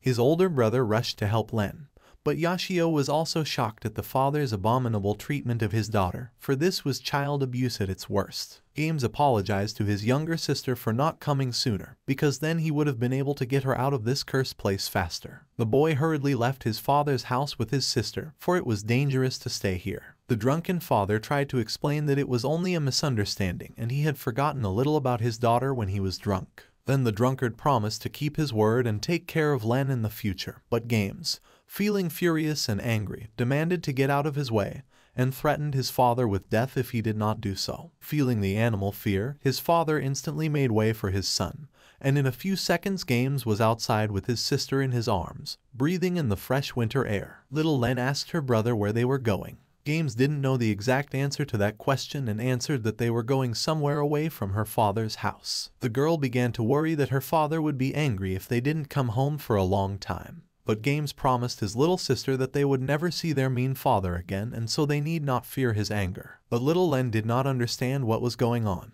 and for some reason decided that her parents hated her because she was a bad girl, for they always told her that when they scolded her. But Games tried to explain to her little sister that it was not true and that it was their parents who were bad. And Len is just a scared, deceived girl who should believe only her big brother and forget about her parents as soon as possible. Then Len told her brother about how her parents promised to sell her to the Brotherhood and called her a useless little child. And by selling her into slavery they wanted to raise money to fulfill their own needs. Yashio was shocked by what he saw and only now realized the horrible conditions these two characters were surviving in. Having calmed down a little, Games asked his little sister to forget about her parents forever and never think of them again, because they are very bad people who don't deserve attention. Then the guy explained that from now on they would live together and only he would take care of his little sister. Little Len emotionally took her brother's word and promised that she would always be by his side. In the end, brother and sister decided to live together and take care of each other at all costs, for they should live their lives cheerfully and happily, and not waste it on horrible people. Len was happy to feel close to her loving brother and eventually confessed that she loved Games too. The little girl's tears mingled with the cool snowflakes, and it was a scene that Games remembered for the rest of his life. After that, the image on the monitor became normal again, and Yashio, thanks to this unique option of viewing the dream, was able to find out exactly what Len's complex was and how it came to be. It became obvious that having such a strong and cool older brother, as she grew up the girl became too dependent on him and could not imagine another life without Games. Just at that moment, Games regained consciousness and opened his eyes for the first time since the monsters attacked. The guy immediately thanked his little sister for her concern and then apologized for making her worry. The girl instantly cried with happiness and started hugging her beloved big brother. This moment was the most welcome moment for her in recent times,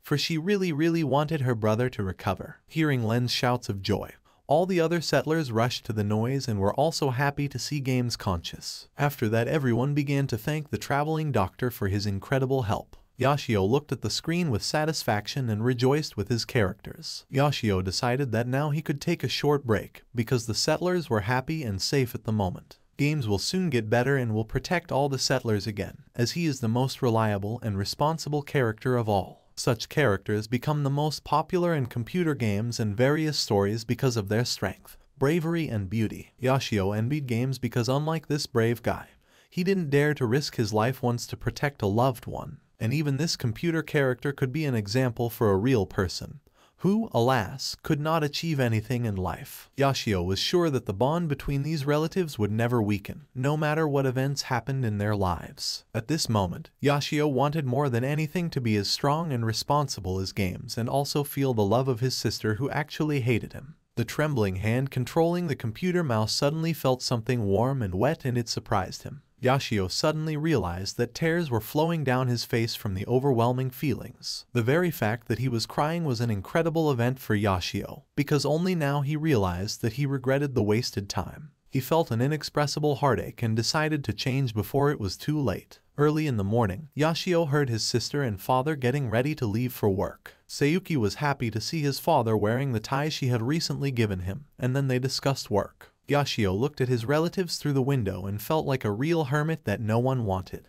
His younger sister and father continued to talk as they headed to the public transportation stop, as they were interested in sharing news and discussing different situations on their way to work. Yashio looked at his relatives until they were out of sight and decided to return to the world of virtual adventures, where Layla was preparing dinner for all the settlers. While Games and the traveling doctor were patrolling the neighborhood, Layla decided not to waste any time and used the stove, which had been thoughtfully built by the miners and was a great gift for the new residents of the mine. In the meantime, little Carol, at her mother's request, decided to arrange the plates on the table. It had been 3 days since the settlers had moved into their new home. The cave was already furnished with furniture and all the equipment necessary for living. Compared to their previous home, the settlers' lives were much improved, and Yashio decided that his expenditure on the miracle had been well worth it. However, there was something else, more importantly, that happened thanks to the miracle of the Wandering Doctor's summoning. After all, this character had helped the strongest settler, Games, survive and make a full recovery. Games had not fully recovered in the last few days and had already hunted a wild boar in the forest, which could have solved the problem of food for all the settlers. But it was difficult for even Games to defeat such a strong animal. Wild boars had incredible strength and ferocity despite their average size. But this time Games was not hunting alone, but together with a traveling doctor, who in addition to his excellent abilities as a healer also had an excellent bow. Thanks to the doctor's accurate shot, the wild boar was instantly struck in the head by an arrow, which decided the whole outcome of the battle. The traveling doctor advised his patient not to overexert himself, because not so long ago he was still lying on his bed in a very bad condition, and the recovery period can last more than a week. Games thanked the traveling doctor for saving him from death, whom he named Mulus. Yashio was surprised, as the doctor now had a name, which meant he had become an important character in the game and may have decided to join the settlers permanently. This wandering doctor showed great qualities in creating healing potions and then became the perfect partner for Games due to his good shooting abilities. On top of that, Mulus is able to use magic that controls plants. Thanks to this, the drying of trees that should have taken months was finished in just a few minutes. But the most important achievement of the traveling doctor was that this incredible character brought the settlers to the safety of the miners' cave. This confirmed Mulus' incredible talent and high intelligence. Yashio didn't know for sure how long the traveling doctor would be able to stay with the settlers, but it would be ideal if Mulus stayed with them forever and joined the main characters. At this point in the relationship, Mulus was treated as an ordinary guest and no detailed information about him was given. There were also unknown conditions by which this character could join the village permanently. Yashio thought that it would be a shame if Melusu ended up leaving the main character's settlement. After all, he had spent 30,000 yen to create this marvel. But it was already known that this game was not a simple one and anything could be expected. Len constantly thanked the traveling doctor for his help in rescuing her older brother, as well as in other important matters. Carol also managed to like Mulus, for the man seemed kind and polite. Games immediately told how the two of them had managed to defeat a wild boar and now they would have enough meat for about a week. Everyone was happy with the catch and Layla was already thinking about how she could prepare the meat for dinner. But as it turned out, Layla had very little salt and seasoning and that bothered her a lot, because such ingredients are very important in cooking as well as in storing meat. Yashio, listening to the problems, thought of a solution, but nothing came to mind yet. But it was obvious that it didn't matter at all how abundant the harvest of wild plants around the cave was. After all, the settlers needed a steady source of food and so the characters had no choice but to start cultivating the field and growing food. But in order to purchase seeds for planting as well as the necessary seasonings, one would most likely need to summon a wandering merchant. But there was another miracle that Yashio wanted to activate at all costs, and he had often pondered over this possibility. Yashio wanted to summon a stone golem as a familiar for the settlers. The golem could follow simple commands and did not require food or rest. Also, the golem could be counted on as a protector, and this creature would solve the problem with the lack of labor. The most enticing part with summoning the golem was that Yashio himself could control the creature with a gamepad. After all, if before he was just watching what was happening on the screen, this time he could take part in the lives of the settlers with the help of the golem. But the problem with summoning the golem was that it required 700 fate points, and in terms of real money, that amounted to an incredible 70,000 yen. Yashio had already spent 300 fate points to summon the wandering Dr. Mulus, and now he had no resources left at all. But the rescue and daily prophecies had slightly increased the settlers' sense of appreciation, and so it was possible to slightly restore the number of fate points, which was now 160. Every day, thanks to the faith of the settlers, it was possible to get 10 fate points, and thus it was possible to accumulate the amount needed to summon a stone golem in 2 months, provided that the fate points were not used. but it was too long and tedious. Yashio realized that if he wanted to get a lot of fate points quickly, he would have to spend real money, but his savings had already run out. In fact, he was very frugal and didn't spend the money he had saved as a child. His father often gave him money for pocket money, but now all these savings were spent on the development of the Village of Destiny. Yashio also realized that all these characters in the virtual world were no longer just ordinary game people for him, but became something more. The guy watched with interest as the virtual characters dined all together and socialized. All this gave the feeling of a real family, and the guy decided to distract himself a little and make himself a coffee to cheer up a little and rethink what was happening.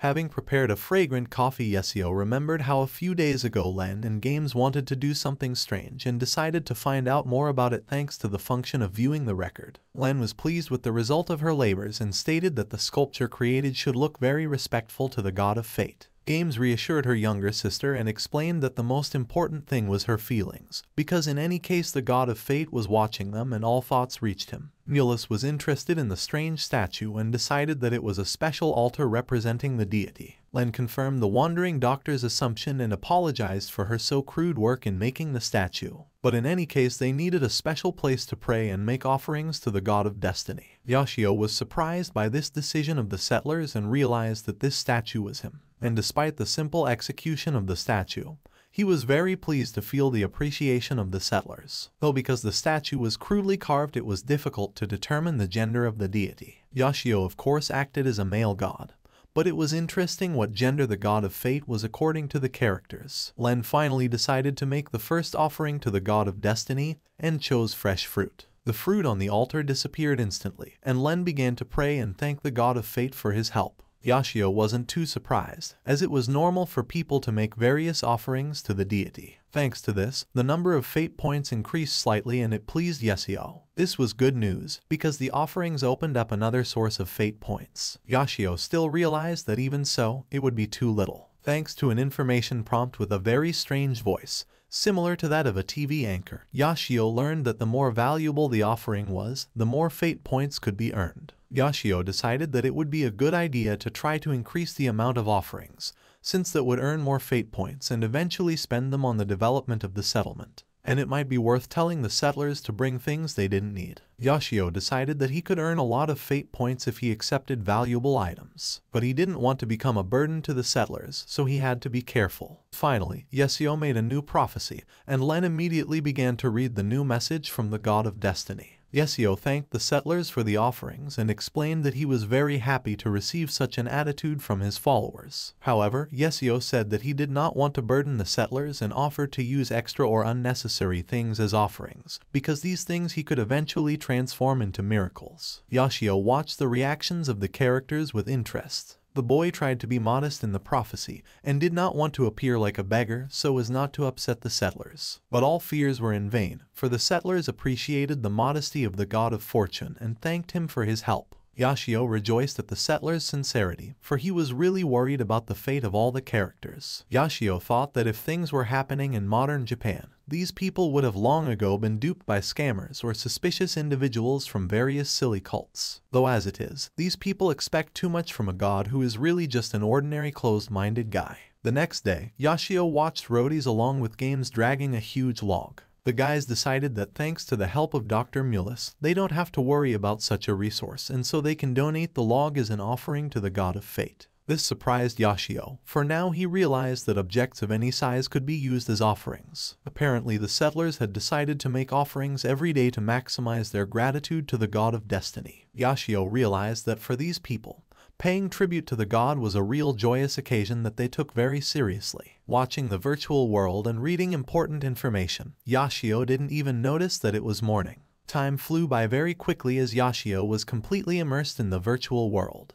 A few hours later, his mother suddenly told him about the package that the courier had brought. Yashio did not want to leave his room at all and replied that it was possible to leave the parcel just at the door and there was no need to be so impatient. But then the guy did get out of his room and decided that he had won something again in some online contest. The box turned out to be of medium size and immediately there was a sense of curiosity. But the most surprising thing was that the sender's address was listed as the Village of Destiny. It all seemed very silly. After all, how could one receive a gift from a virtual world? But in the end, Yashio decided that if he thought about it logically, this package most likely came from a game company, and it was expected that they were taking the time to send people who were testing their new game. The guy decided that it was silly to worry in such a situation, because most likely he was sent reference materials or important instructions that they forgot to send along with the disc. His mom didn't wait for his son to arrive and hurried to open the package herself, which irritated Yashio,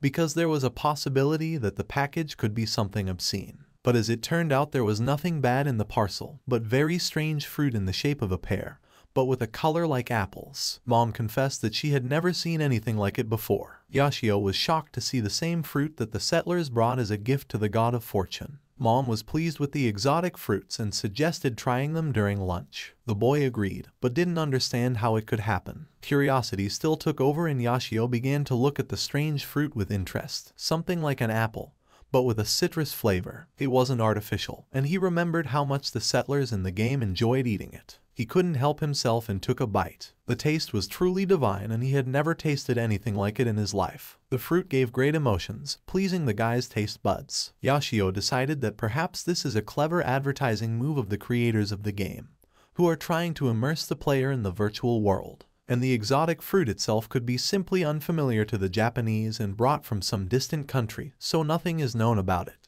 Yashio decided that in any case he shouldn't have any claims, because he received excellent fruit and pleased his mother with such a gift. Yashio then decided to thank the settlers for yesterday's offering, because most likely all these prophecies have been read by the game developers and he wants to know the feedback. Yashio thanked the settlers for their kindness and for the beautiful fruit, but also explained that he could live without food, but still enjoyed it. Guy wrote to the settlers that food first is important to them and he would welcome any other things as gifts. Also, it is not necessary to make daily offerings, for they should think of their well-being and that is the most important thing. Yashio continued to dream about how he could summon a stone golem and personally participate in the lives of the settlers with more than just his divine prophecies. Suddenly, his mom called out to Yashio again and asked him to come downstairs immediately. Mom's voice seemed too anxious and Yashio thought she might be angry. But as it turned out, it was a new package, but now the package was a huge log. Mom asked what Yashio was going to do with such a prize. The guy was shocked by such a joke from the authors of a fascinating game and decided that it was too far gone.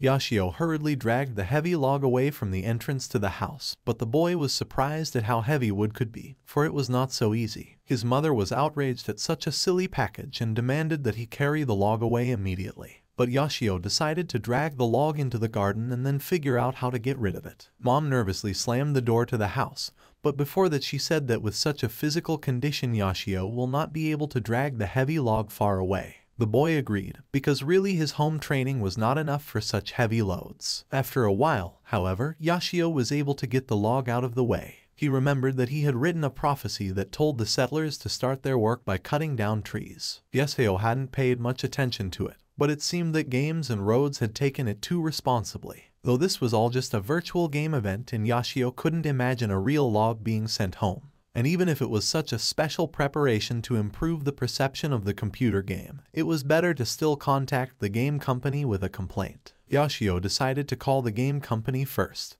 but the label didn't have a contact number and only listed an address located in Hokkaido. It was unbelievable that the game company had put so much effort into sending the log almost across the country. Then the guy decided to look for information on the internet and find out the exact address of this computer game company.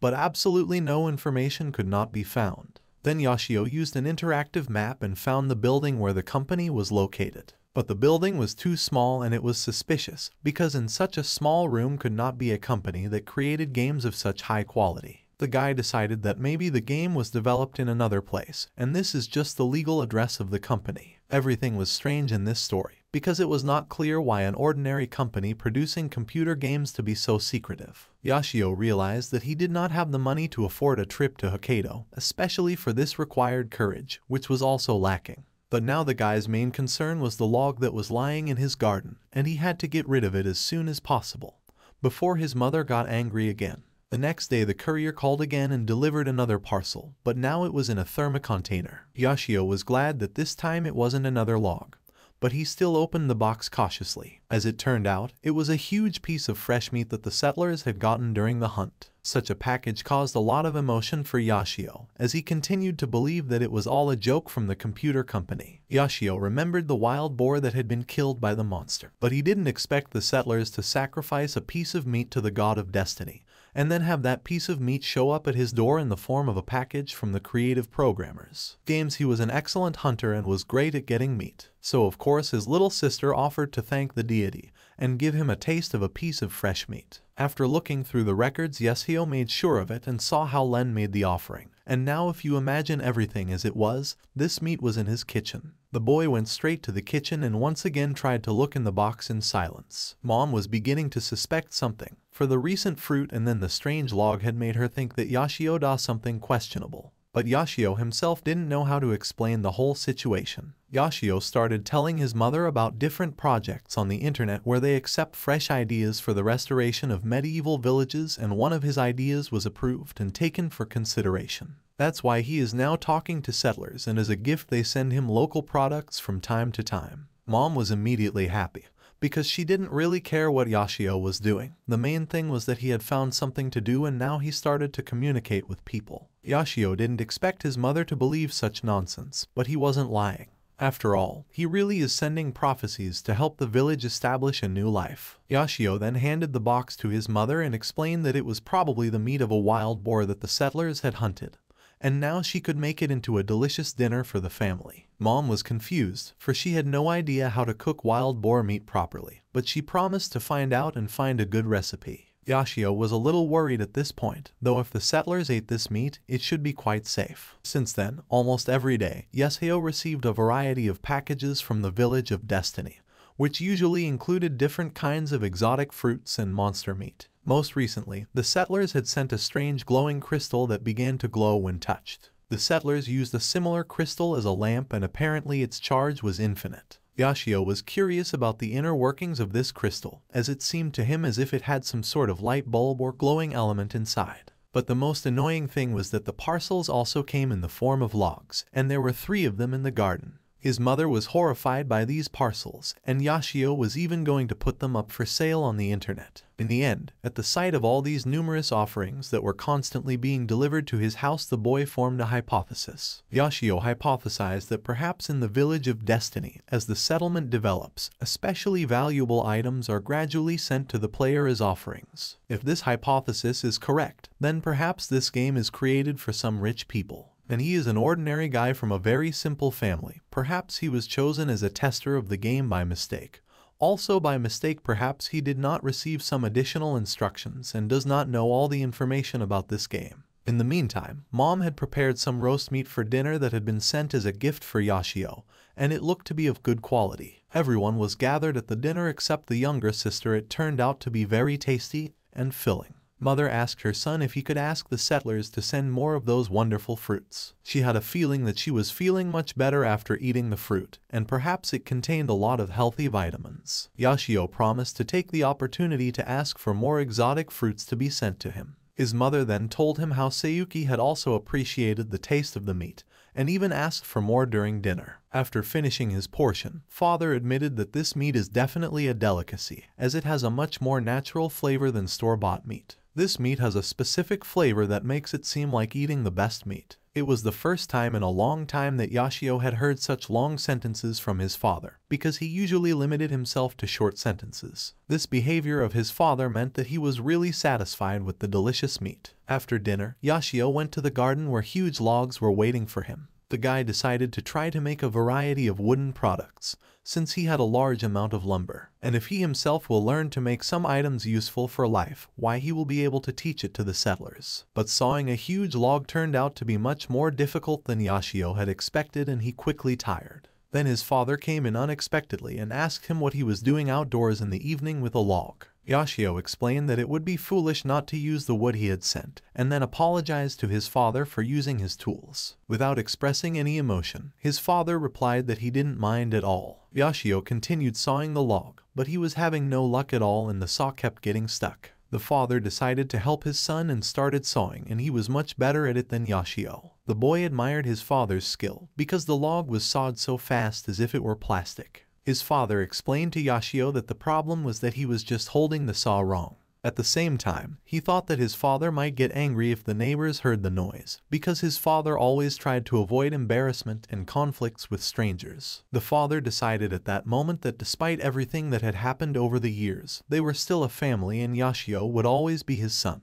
As a result, his father suggested that he try sawing the log again, and now Yashio was more confident and better at it. From that moment on, the father started giving Yashio useful advice. Then the next weekend they made boards from logs together and repaired the fence in the garden. And after that, Yashio took an interest in cooking from his mother, for he wanted to teach the settlers how to cook meat properly, not just roast it over a fire. After a few days, Yashio had learned to some extent how to cook delicious food, and now eating dinner together with the settlers became part of the daily routine. Yashio also didn't forget to thank the characters for the tasty food offerings. One day, Yashio went to the kitchen to get something to eat and was too engrossed in searching the refrigerator that he didn't even notice his younger sister enter the room. Any communication with Sayuki was very difficult, and Yashio always felt awkward and guilty. The boy greeted his little sister with a welcome home, but the girl replied coldly as always that she was glad to be back home herself. But even such a short conversation was a huge progress for Yashio. At the same time, the boy realized that the reason he started talking to his family so much was due to the Village of Destiny. Sometimes it seemed that it was not Yashio who was helping the virtual settlers survive in difficult situations,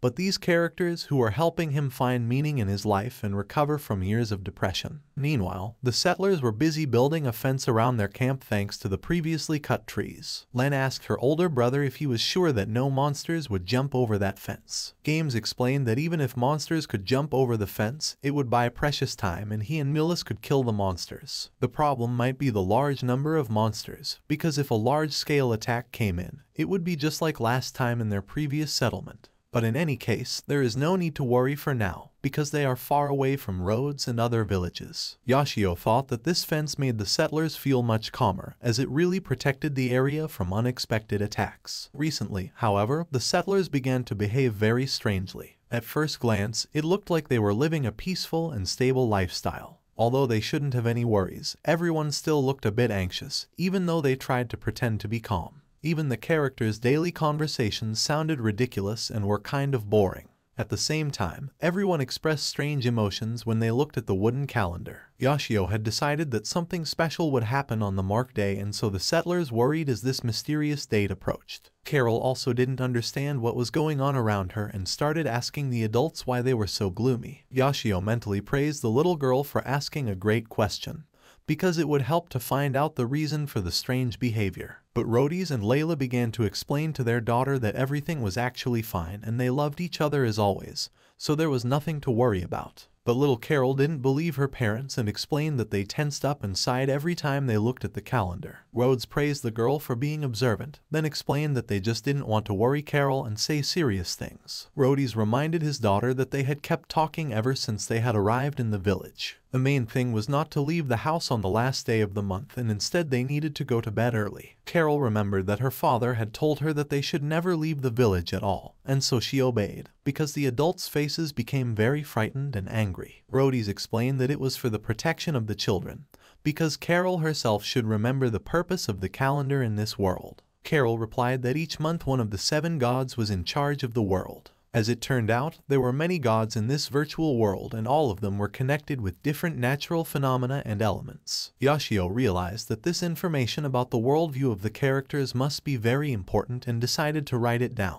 Rhodys praised the girl for her excellent memory, but Carol wondered why, when there were so many gods, they always spoke of only 7, because there were 12 months in a year and 5 more gods were missing. Rhodys was surprised at such a complicated question from his young daughter, and then explained that originally the 7 gods were only responsible for the week. Yashio gradually began to understand exactly how the calendar system was organized in the virtual world.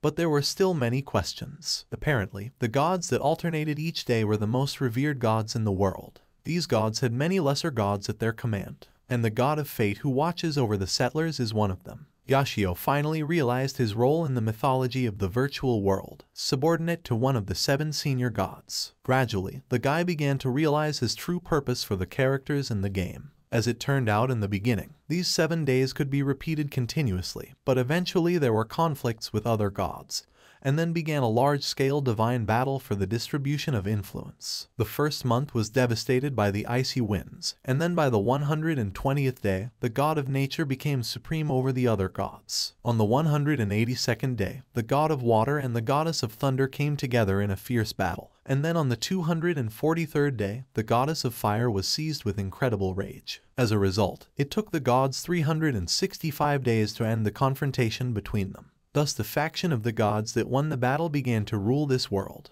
The gods became responsible for the 7 days and the periods when they succeeded. Because of this, they are the 7 major gods. Carol was fascinated by this terrible story and inquired about the fate of the gods who lost the terrible battle. Rhodys immediately explained that this was a very important part of the legend, for those gods who lost were recognized by evil eyes and so banished them to the bowels of the earth. But despite the banishment, these gods continue to accumulate their power, and once a month they try to reappear in this world and lend their power to the ferocious monsters. All this happens on the last day of the month, which is called the temptation of the evil gods. That is why all people are afraid of this day and try to stay in a safe place. It is very dangerous to go outside on this day, because there is a huge possibility of becoming a victim for aggressive monsters. After all, on this day the power of monsters grows many times, making them real berserk. Yashio finally realized why all the settlers are so tense and constantly looking at the calendar, because soon will come that day called the temptation of the evil gods. That's probably why Games was in such a hurry to build the protective fence, because there was less and less time left every day. Then Yashio checked the calendar in the cave and realized that it was exactly the same as the calendar in his real world. Yashio immediately realized that if today was the 20th of November and there were only 30 days in November, it meant that there were only 10 days left until the dangerous day,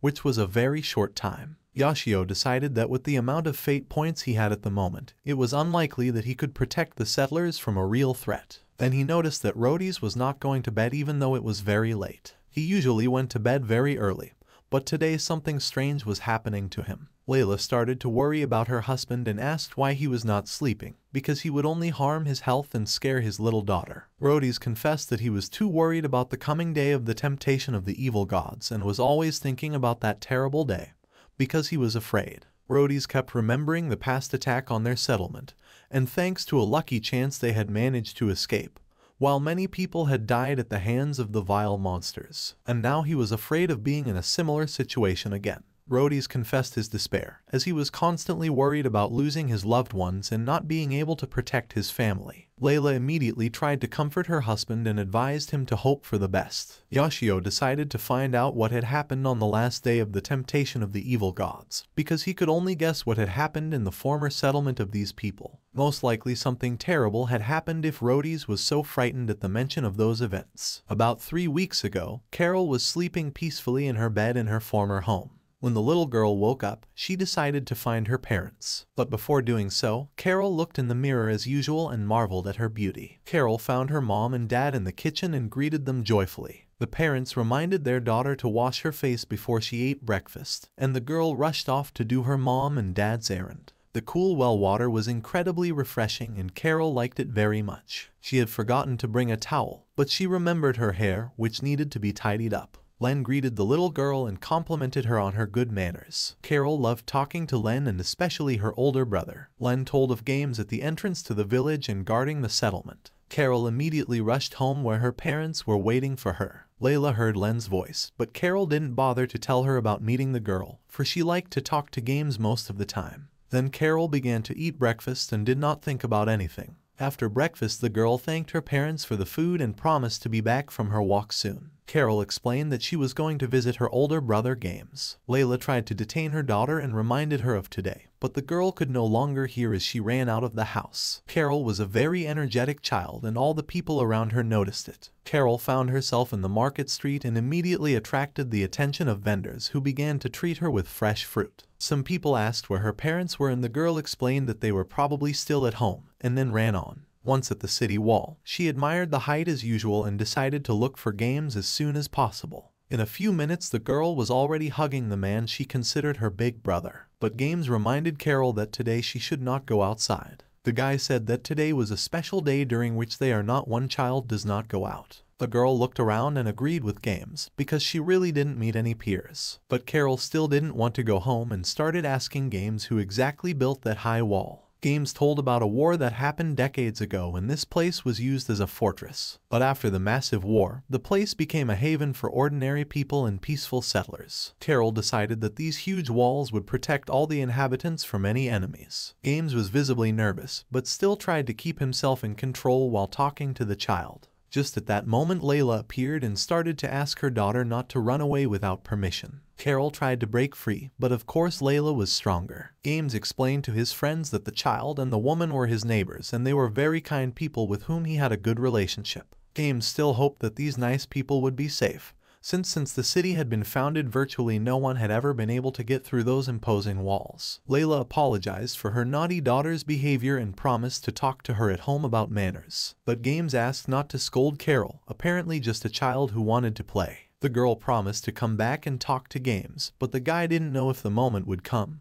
because everyone felt danger approaching. The locals were hurrying to hide from danger in their houses, and Carol thought that everyone was preparing for a holiday or a festival. Layla didn't want to tell the whole truth to her little daughter and only thought that it would certainly be nice if there really was a festival in town. Layla promised the little parent to have a real feast tomorrow if she behaved herself. Meanwhile, the locals were busy fortifying the gates and preparing for defense, for everyone understood the threat they would soon have to face. Rhodys explained to his wife that for the moment he had packed the wagon with everything they would need in case they had to flee. But of course everyone hoped for the best, as no one wanted to leave their homes. Layla and Rhodys began to pray and ask God that they would live this day without any problems, and why they would meet tomorrow healthy and cheerful, and would not know what grief was. But this was not destined to happen, for sharp arrows at this moment were already flying over the city wall in search of victims. The defenders of the city had never before seen such a huge number of monsters and were not sure of the success of the defense. The attack of the monsters was very organized, but nevertheless the locals decided to hold on until the end and defend the city gates, hoping that the monsters would not be able to get through them. Games climbed the city wall and threw spears at the monsters in an attempt to weaken the onslaught on the city gates. Some soldiers followed his example and obeyed Games' orders. But suddenly among the monsters appeared huge creatures that had incredible power. The huge monsters began to throw smaller individuals over the city walls, and those in turn attacked the defenders of the city from the rear. All of this weakened the city's defenses and caused the defenders of the gates to panic. No one understood where the monsters came from behind, and it was difficult to fight on two fronts. In the end, the numerical superiority of the monsters became the deciding factor in this battle, and panic and flight began. Rhodys and Layla heard horrible screams and prayed for salvation. But then there were heavy blows on the doors, and after a few seconds the wooden structure failed. But luckily for the inhabitants of the house, it wasn't monsters that burst in, but Games and his little sister. Rhodys and Layla were happy to see their good acquaintances who came to help them. Games immediately explained that he and his sister weren't injured and had other people's blood on them, but still the situation in the city was very dangerous,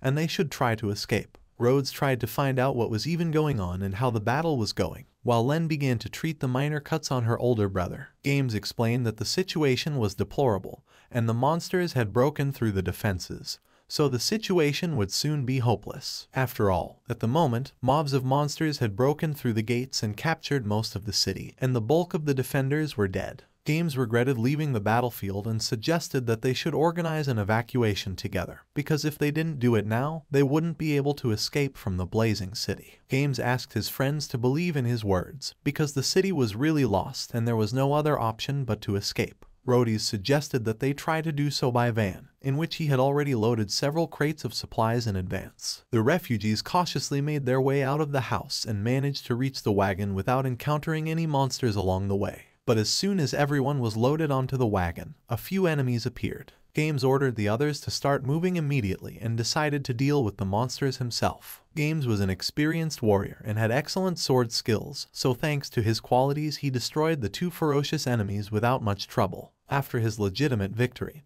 it was time to escape, and Games ordered to move at maximum speed. The situation was critical, for the gates were blocked and the only way to escape was through a section of the ruined wall. Rhodys steered the wagon to the right place and hoped that he would be able to get through the narrow section. Rhodys was frightened, but he realized that there was no other choice to save his beloved wife and daughter, so he rushed towards the unknown. Meanwhile, the city was burning and the monsters were killing everyone they found on their way. Thanks to the general panic and confusion, the wagon was able to overcome a significant part of the way to its main goal. Some monsters were encountered, but thanks to Game's phenomenal reaction, they were instantly killed without stopping the wagon. Eventually, the fugitives were able to overcome the city wall and escape from the death trap. The blazing city was left behind, just as the peaceful life had passed, and ahead of the refugees awaited an unknown future, which was full of dangers and difficulties. After a while, the sounds of the city being destroyed became quieter and quieter, and the wagon found itself on a forest road. Carol was frightened, but did not understand the horror that had happened in the city and therefore naively asked when they could return home.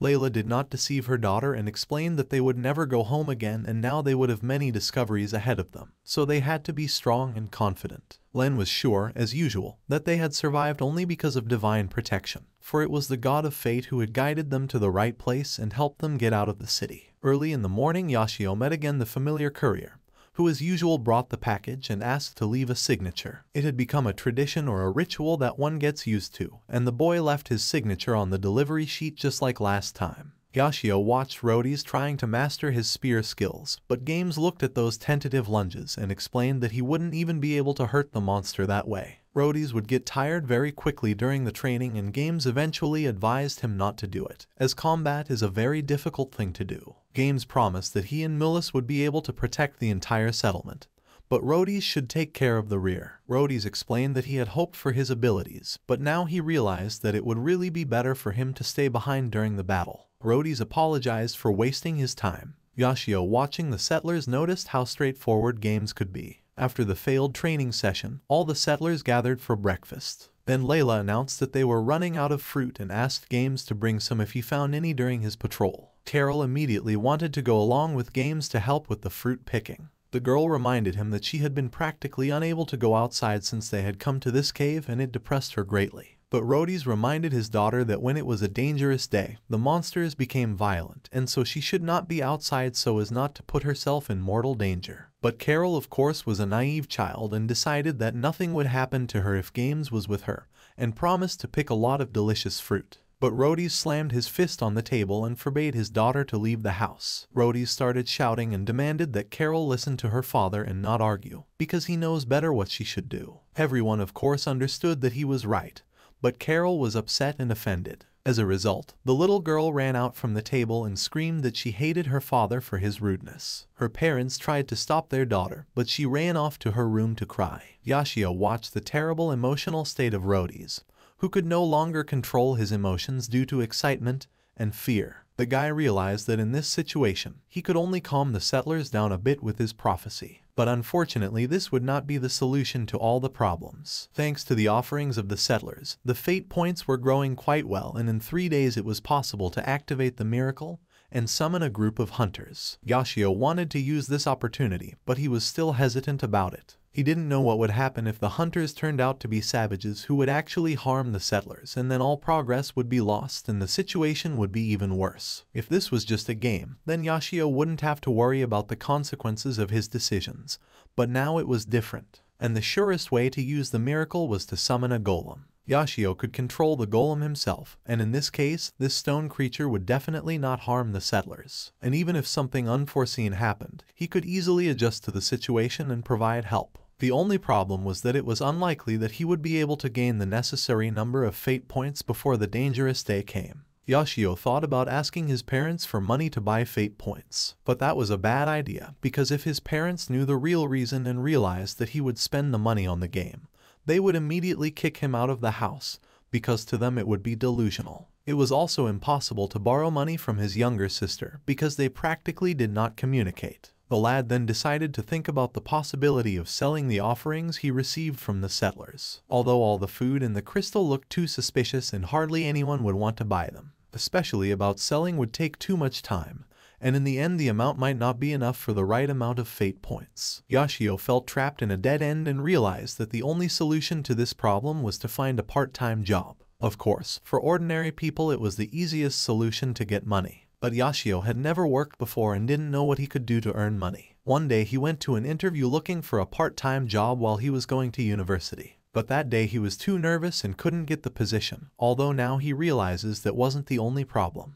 Yoshio remembered how he had misdirected the dialogue with the employer and spoke from the position of a person who wants to get a lot of money and work little. But then Yoshio did not learn the lesson and did not realize his mistakes and kept repeating it during his next attempts to find a job. Yoshio kept sending resumes to companies looking for graduates from prestigious universities, but always got rejected. Eventually his father couldn't turn a blind eye anymore, and so he used his connections to recommend Yoshio to several prestigious companies. But eventually the guy did something that embarrassed his father, and that was the reason for the job rejection. Somewhere in the back of his mind during the interview, Yoshio naively hoped that if he failed it would give him an excuse not to work anymore and feel free. But these were just the naive thoughts of a young and foolish man. 10 years had passed since then, and now it was even more difficult to find at least some work, because the lack of skills and communication only made the situation worse. Yoshio felt like a scared and miserable person who was always afraid of everything and didn't want to make the effort to develop. But at the same time, Yoshio didn't want anyone to be disappointed by him anymore, and so he was just afraid of hearing rejection again. Though in this case, he's trying to get a job for the sake of the game, and if people know about it, he'll become a laughing stock. But if he doesn't start working right now, the villagers of Fate Village might die from his indecisiveness. Yoshio of course realized that there was a high probability that he would remain this indecisive and withdrawn person for the rest of his life. Yoshio thought that it would be great to find a job that would end this month, in which case he would be able to summon the stone golem before the dangerous day came. Temporary employment in stores takes 6 months, or at least a few months. And since Yoshio has never socialized normally with people other than his family, dealing with customers will be a serious problem for him. And considering physical labor, it's unlikely that he'll be able to succeed because of his too weak body. Also, there were no places anywhere close to home where he could temporarily work part-time. And if Yoshio had a driver's license, then of course he would have more options to earn money, but unfortunately there was no driver's license. This was a side effect of the fact that Yoshio had been idle for years and had not thought about the situation at all. Meanwhile, Rhodys was trying to get in touch with his daughter, but the little girl completely ignored her father because of her resentment. Layla advised her husband to give her daughter time and leave her alone,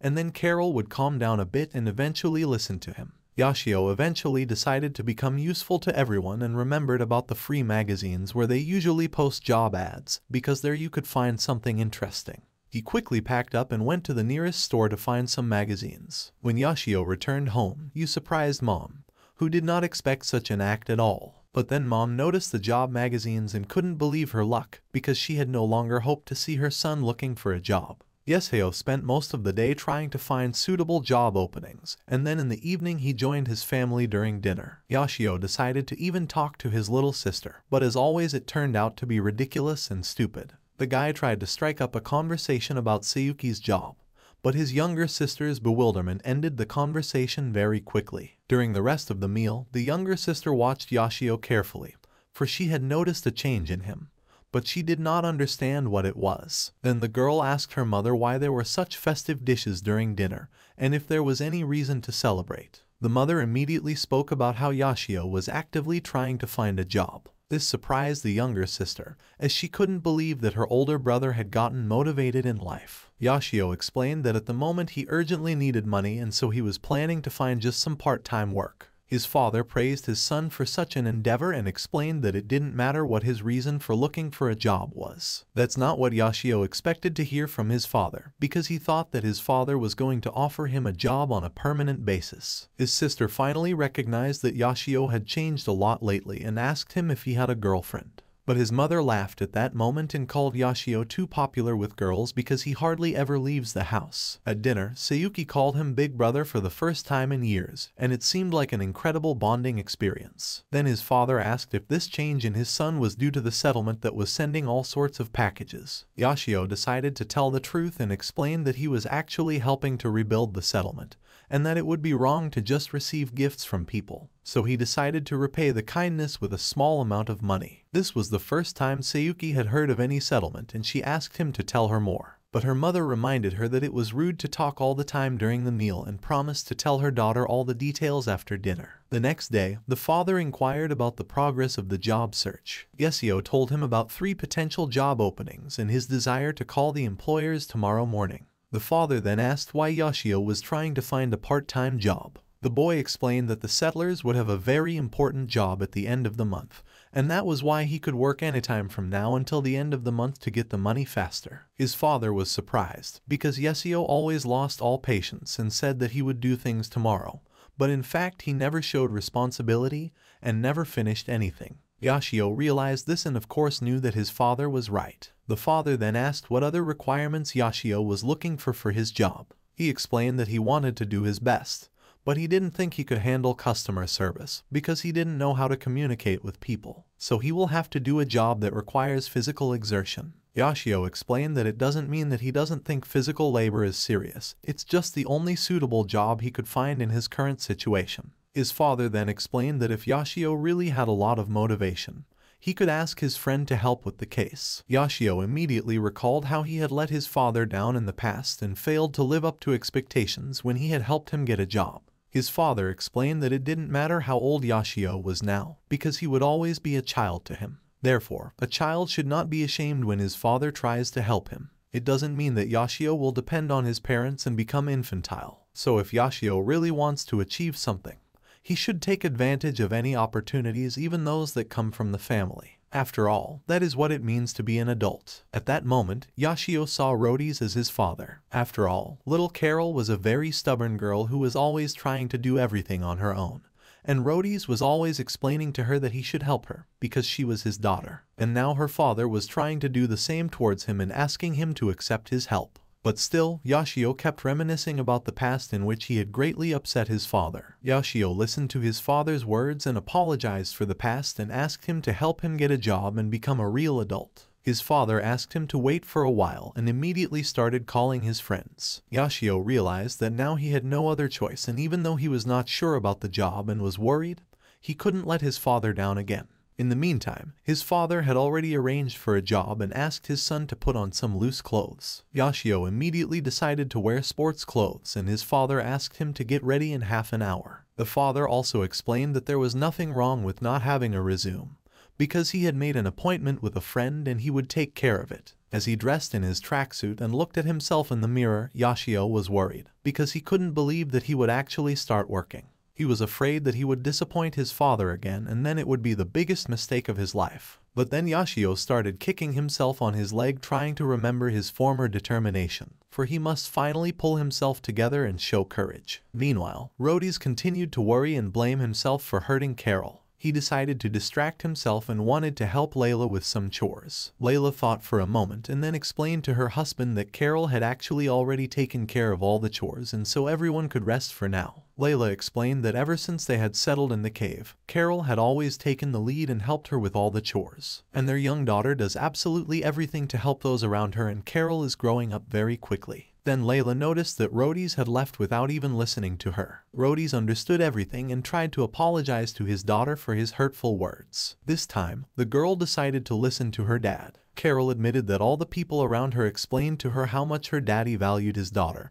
and that's why he got angry, because in fact he just wanted to protect her and was afraid of losing her. The girl promised her father that she wouldn't talk about her desire to go outside again. But Rhodys explained that he was actually the one who was wrong, for he was greatly afraid of the day of temptation by the evil gods, and so he had forgotten the most important thing. Rhodys stated that they were currently in a new land with their friends and so they should feel differently. Rhodys stated that since they now had a new life, it meant that they shouldn't be constantly afraid and isolate themselves from the world around them, because if they did that, they would never overcome their fear. In the end, Rhodys called his daughter a full member of their settlement, so she could do whatever she wanted, because he trusted her completely. This made the girl really excited and also all the settlers. Yasuo was shocked at this scene and in a few minutes realized what he had not been able to realize for years. Yasuo felt like a new man and thanked all the characters in the computer game for rewarding him with courage and confidence. After all, he could now start a whole new life and would be able to achieve anything he wanted. It became an amazing discovery for the guy, which happened thanks to the virtual world.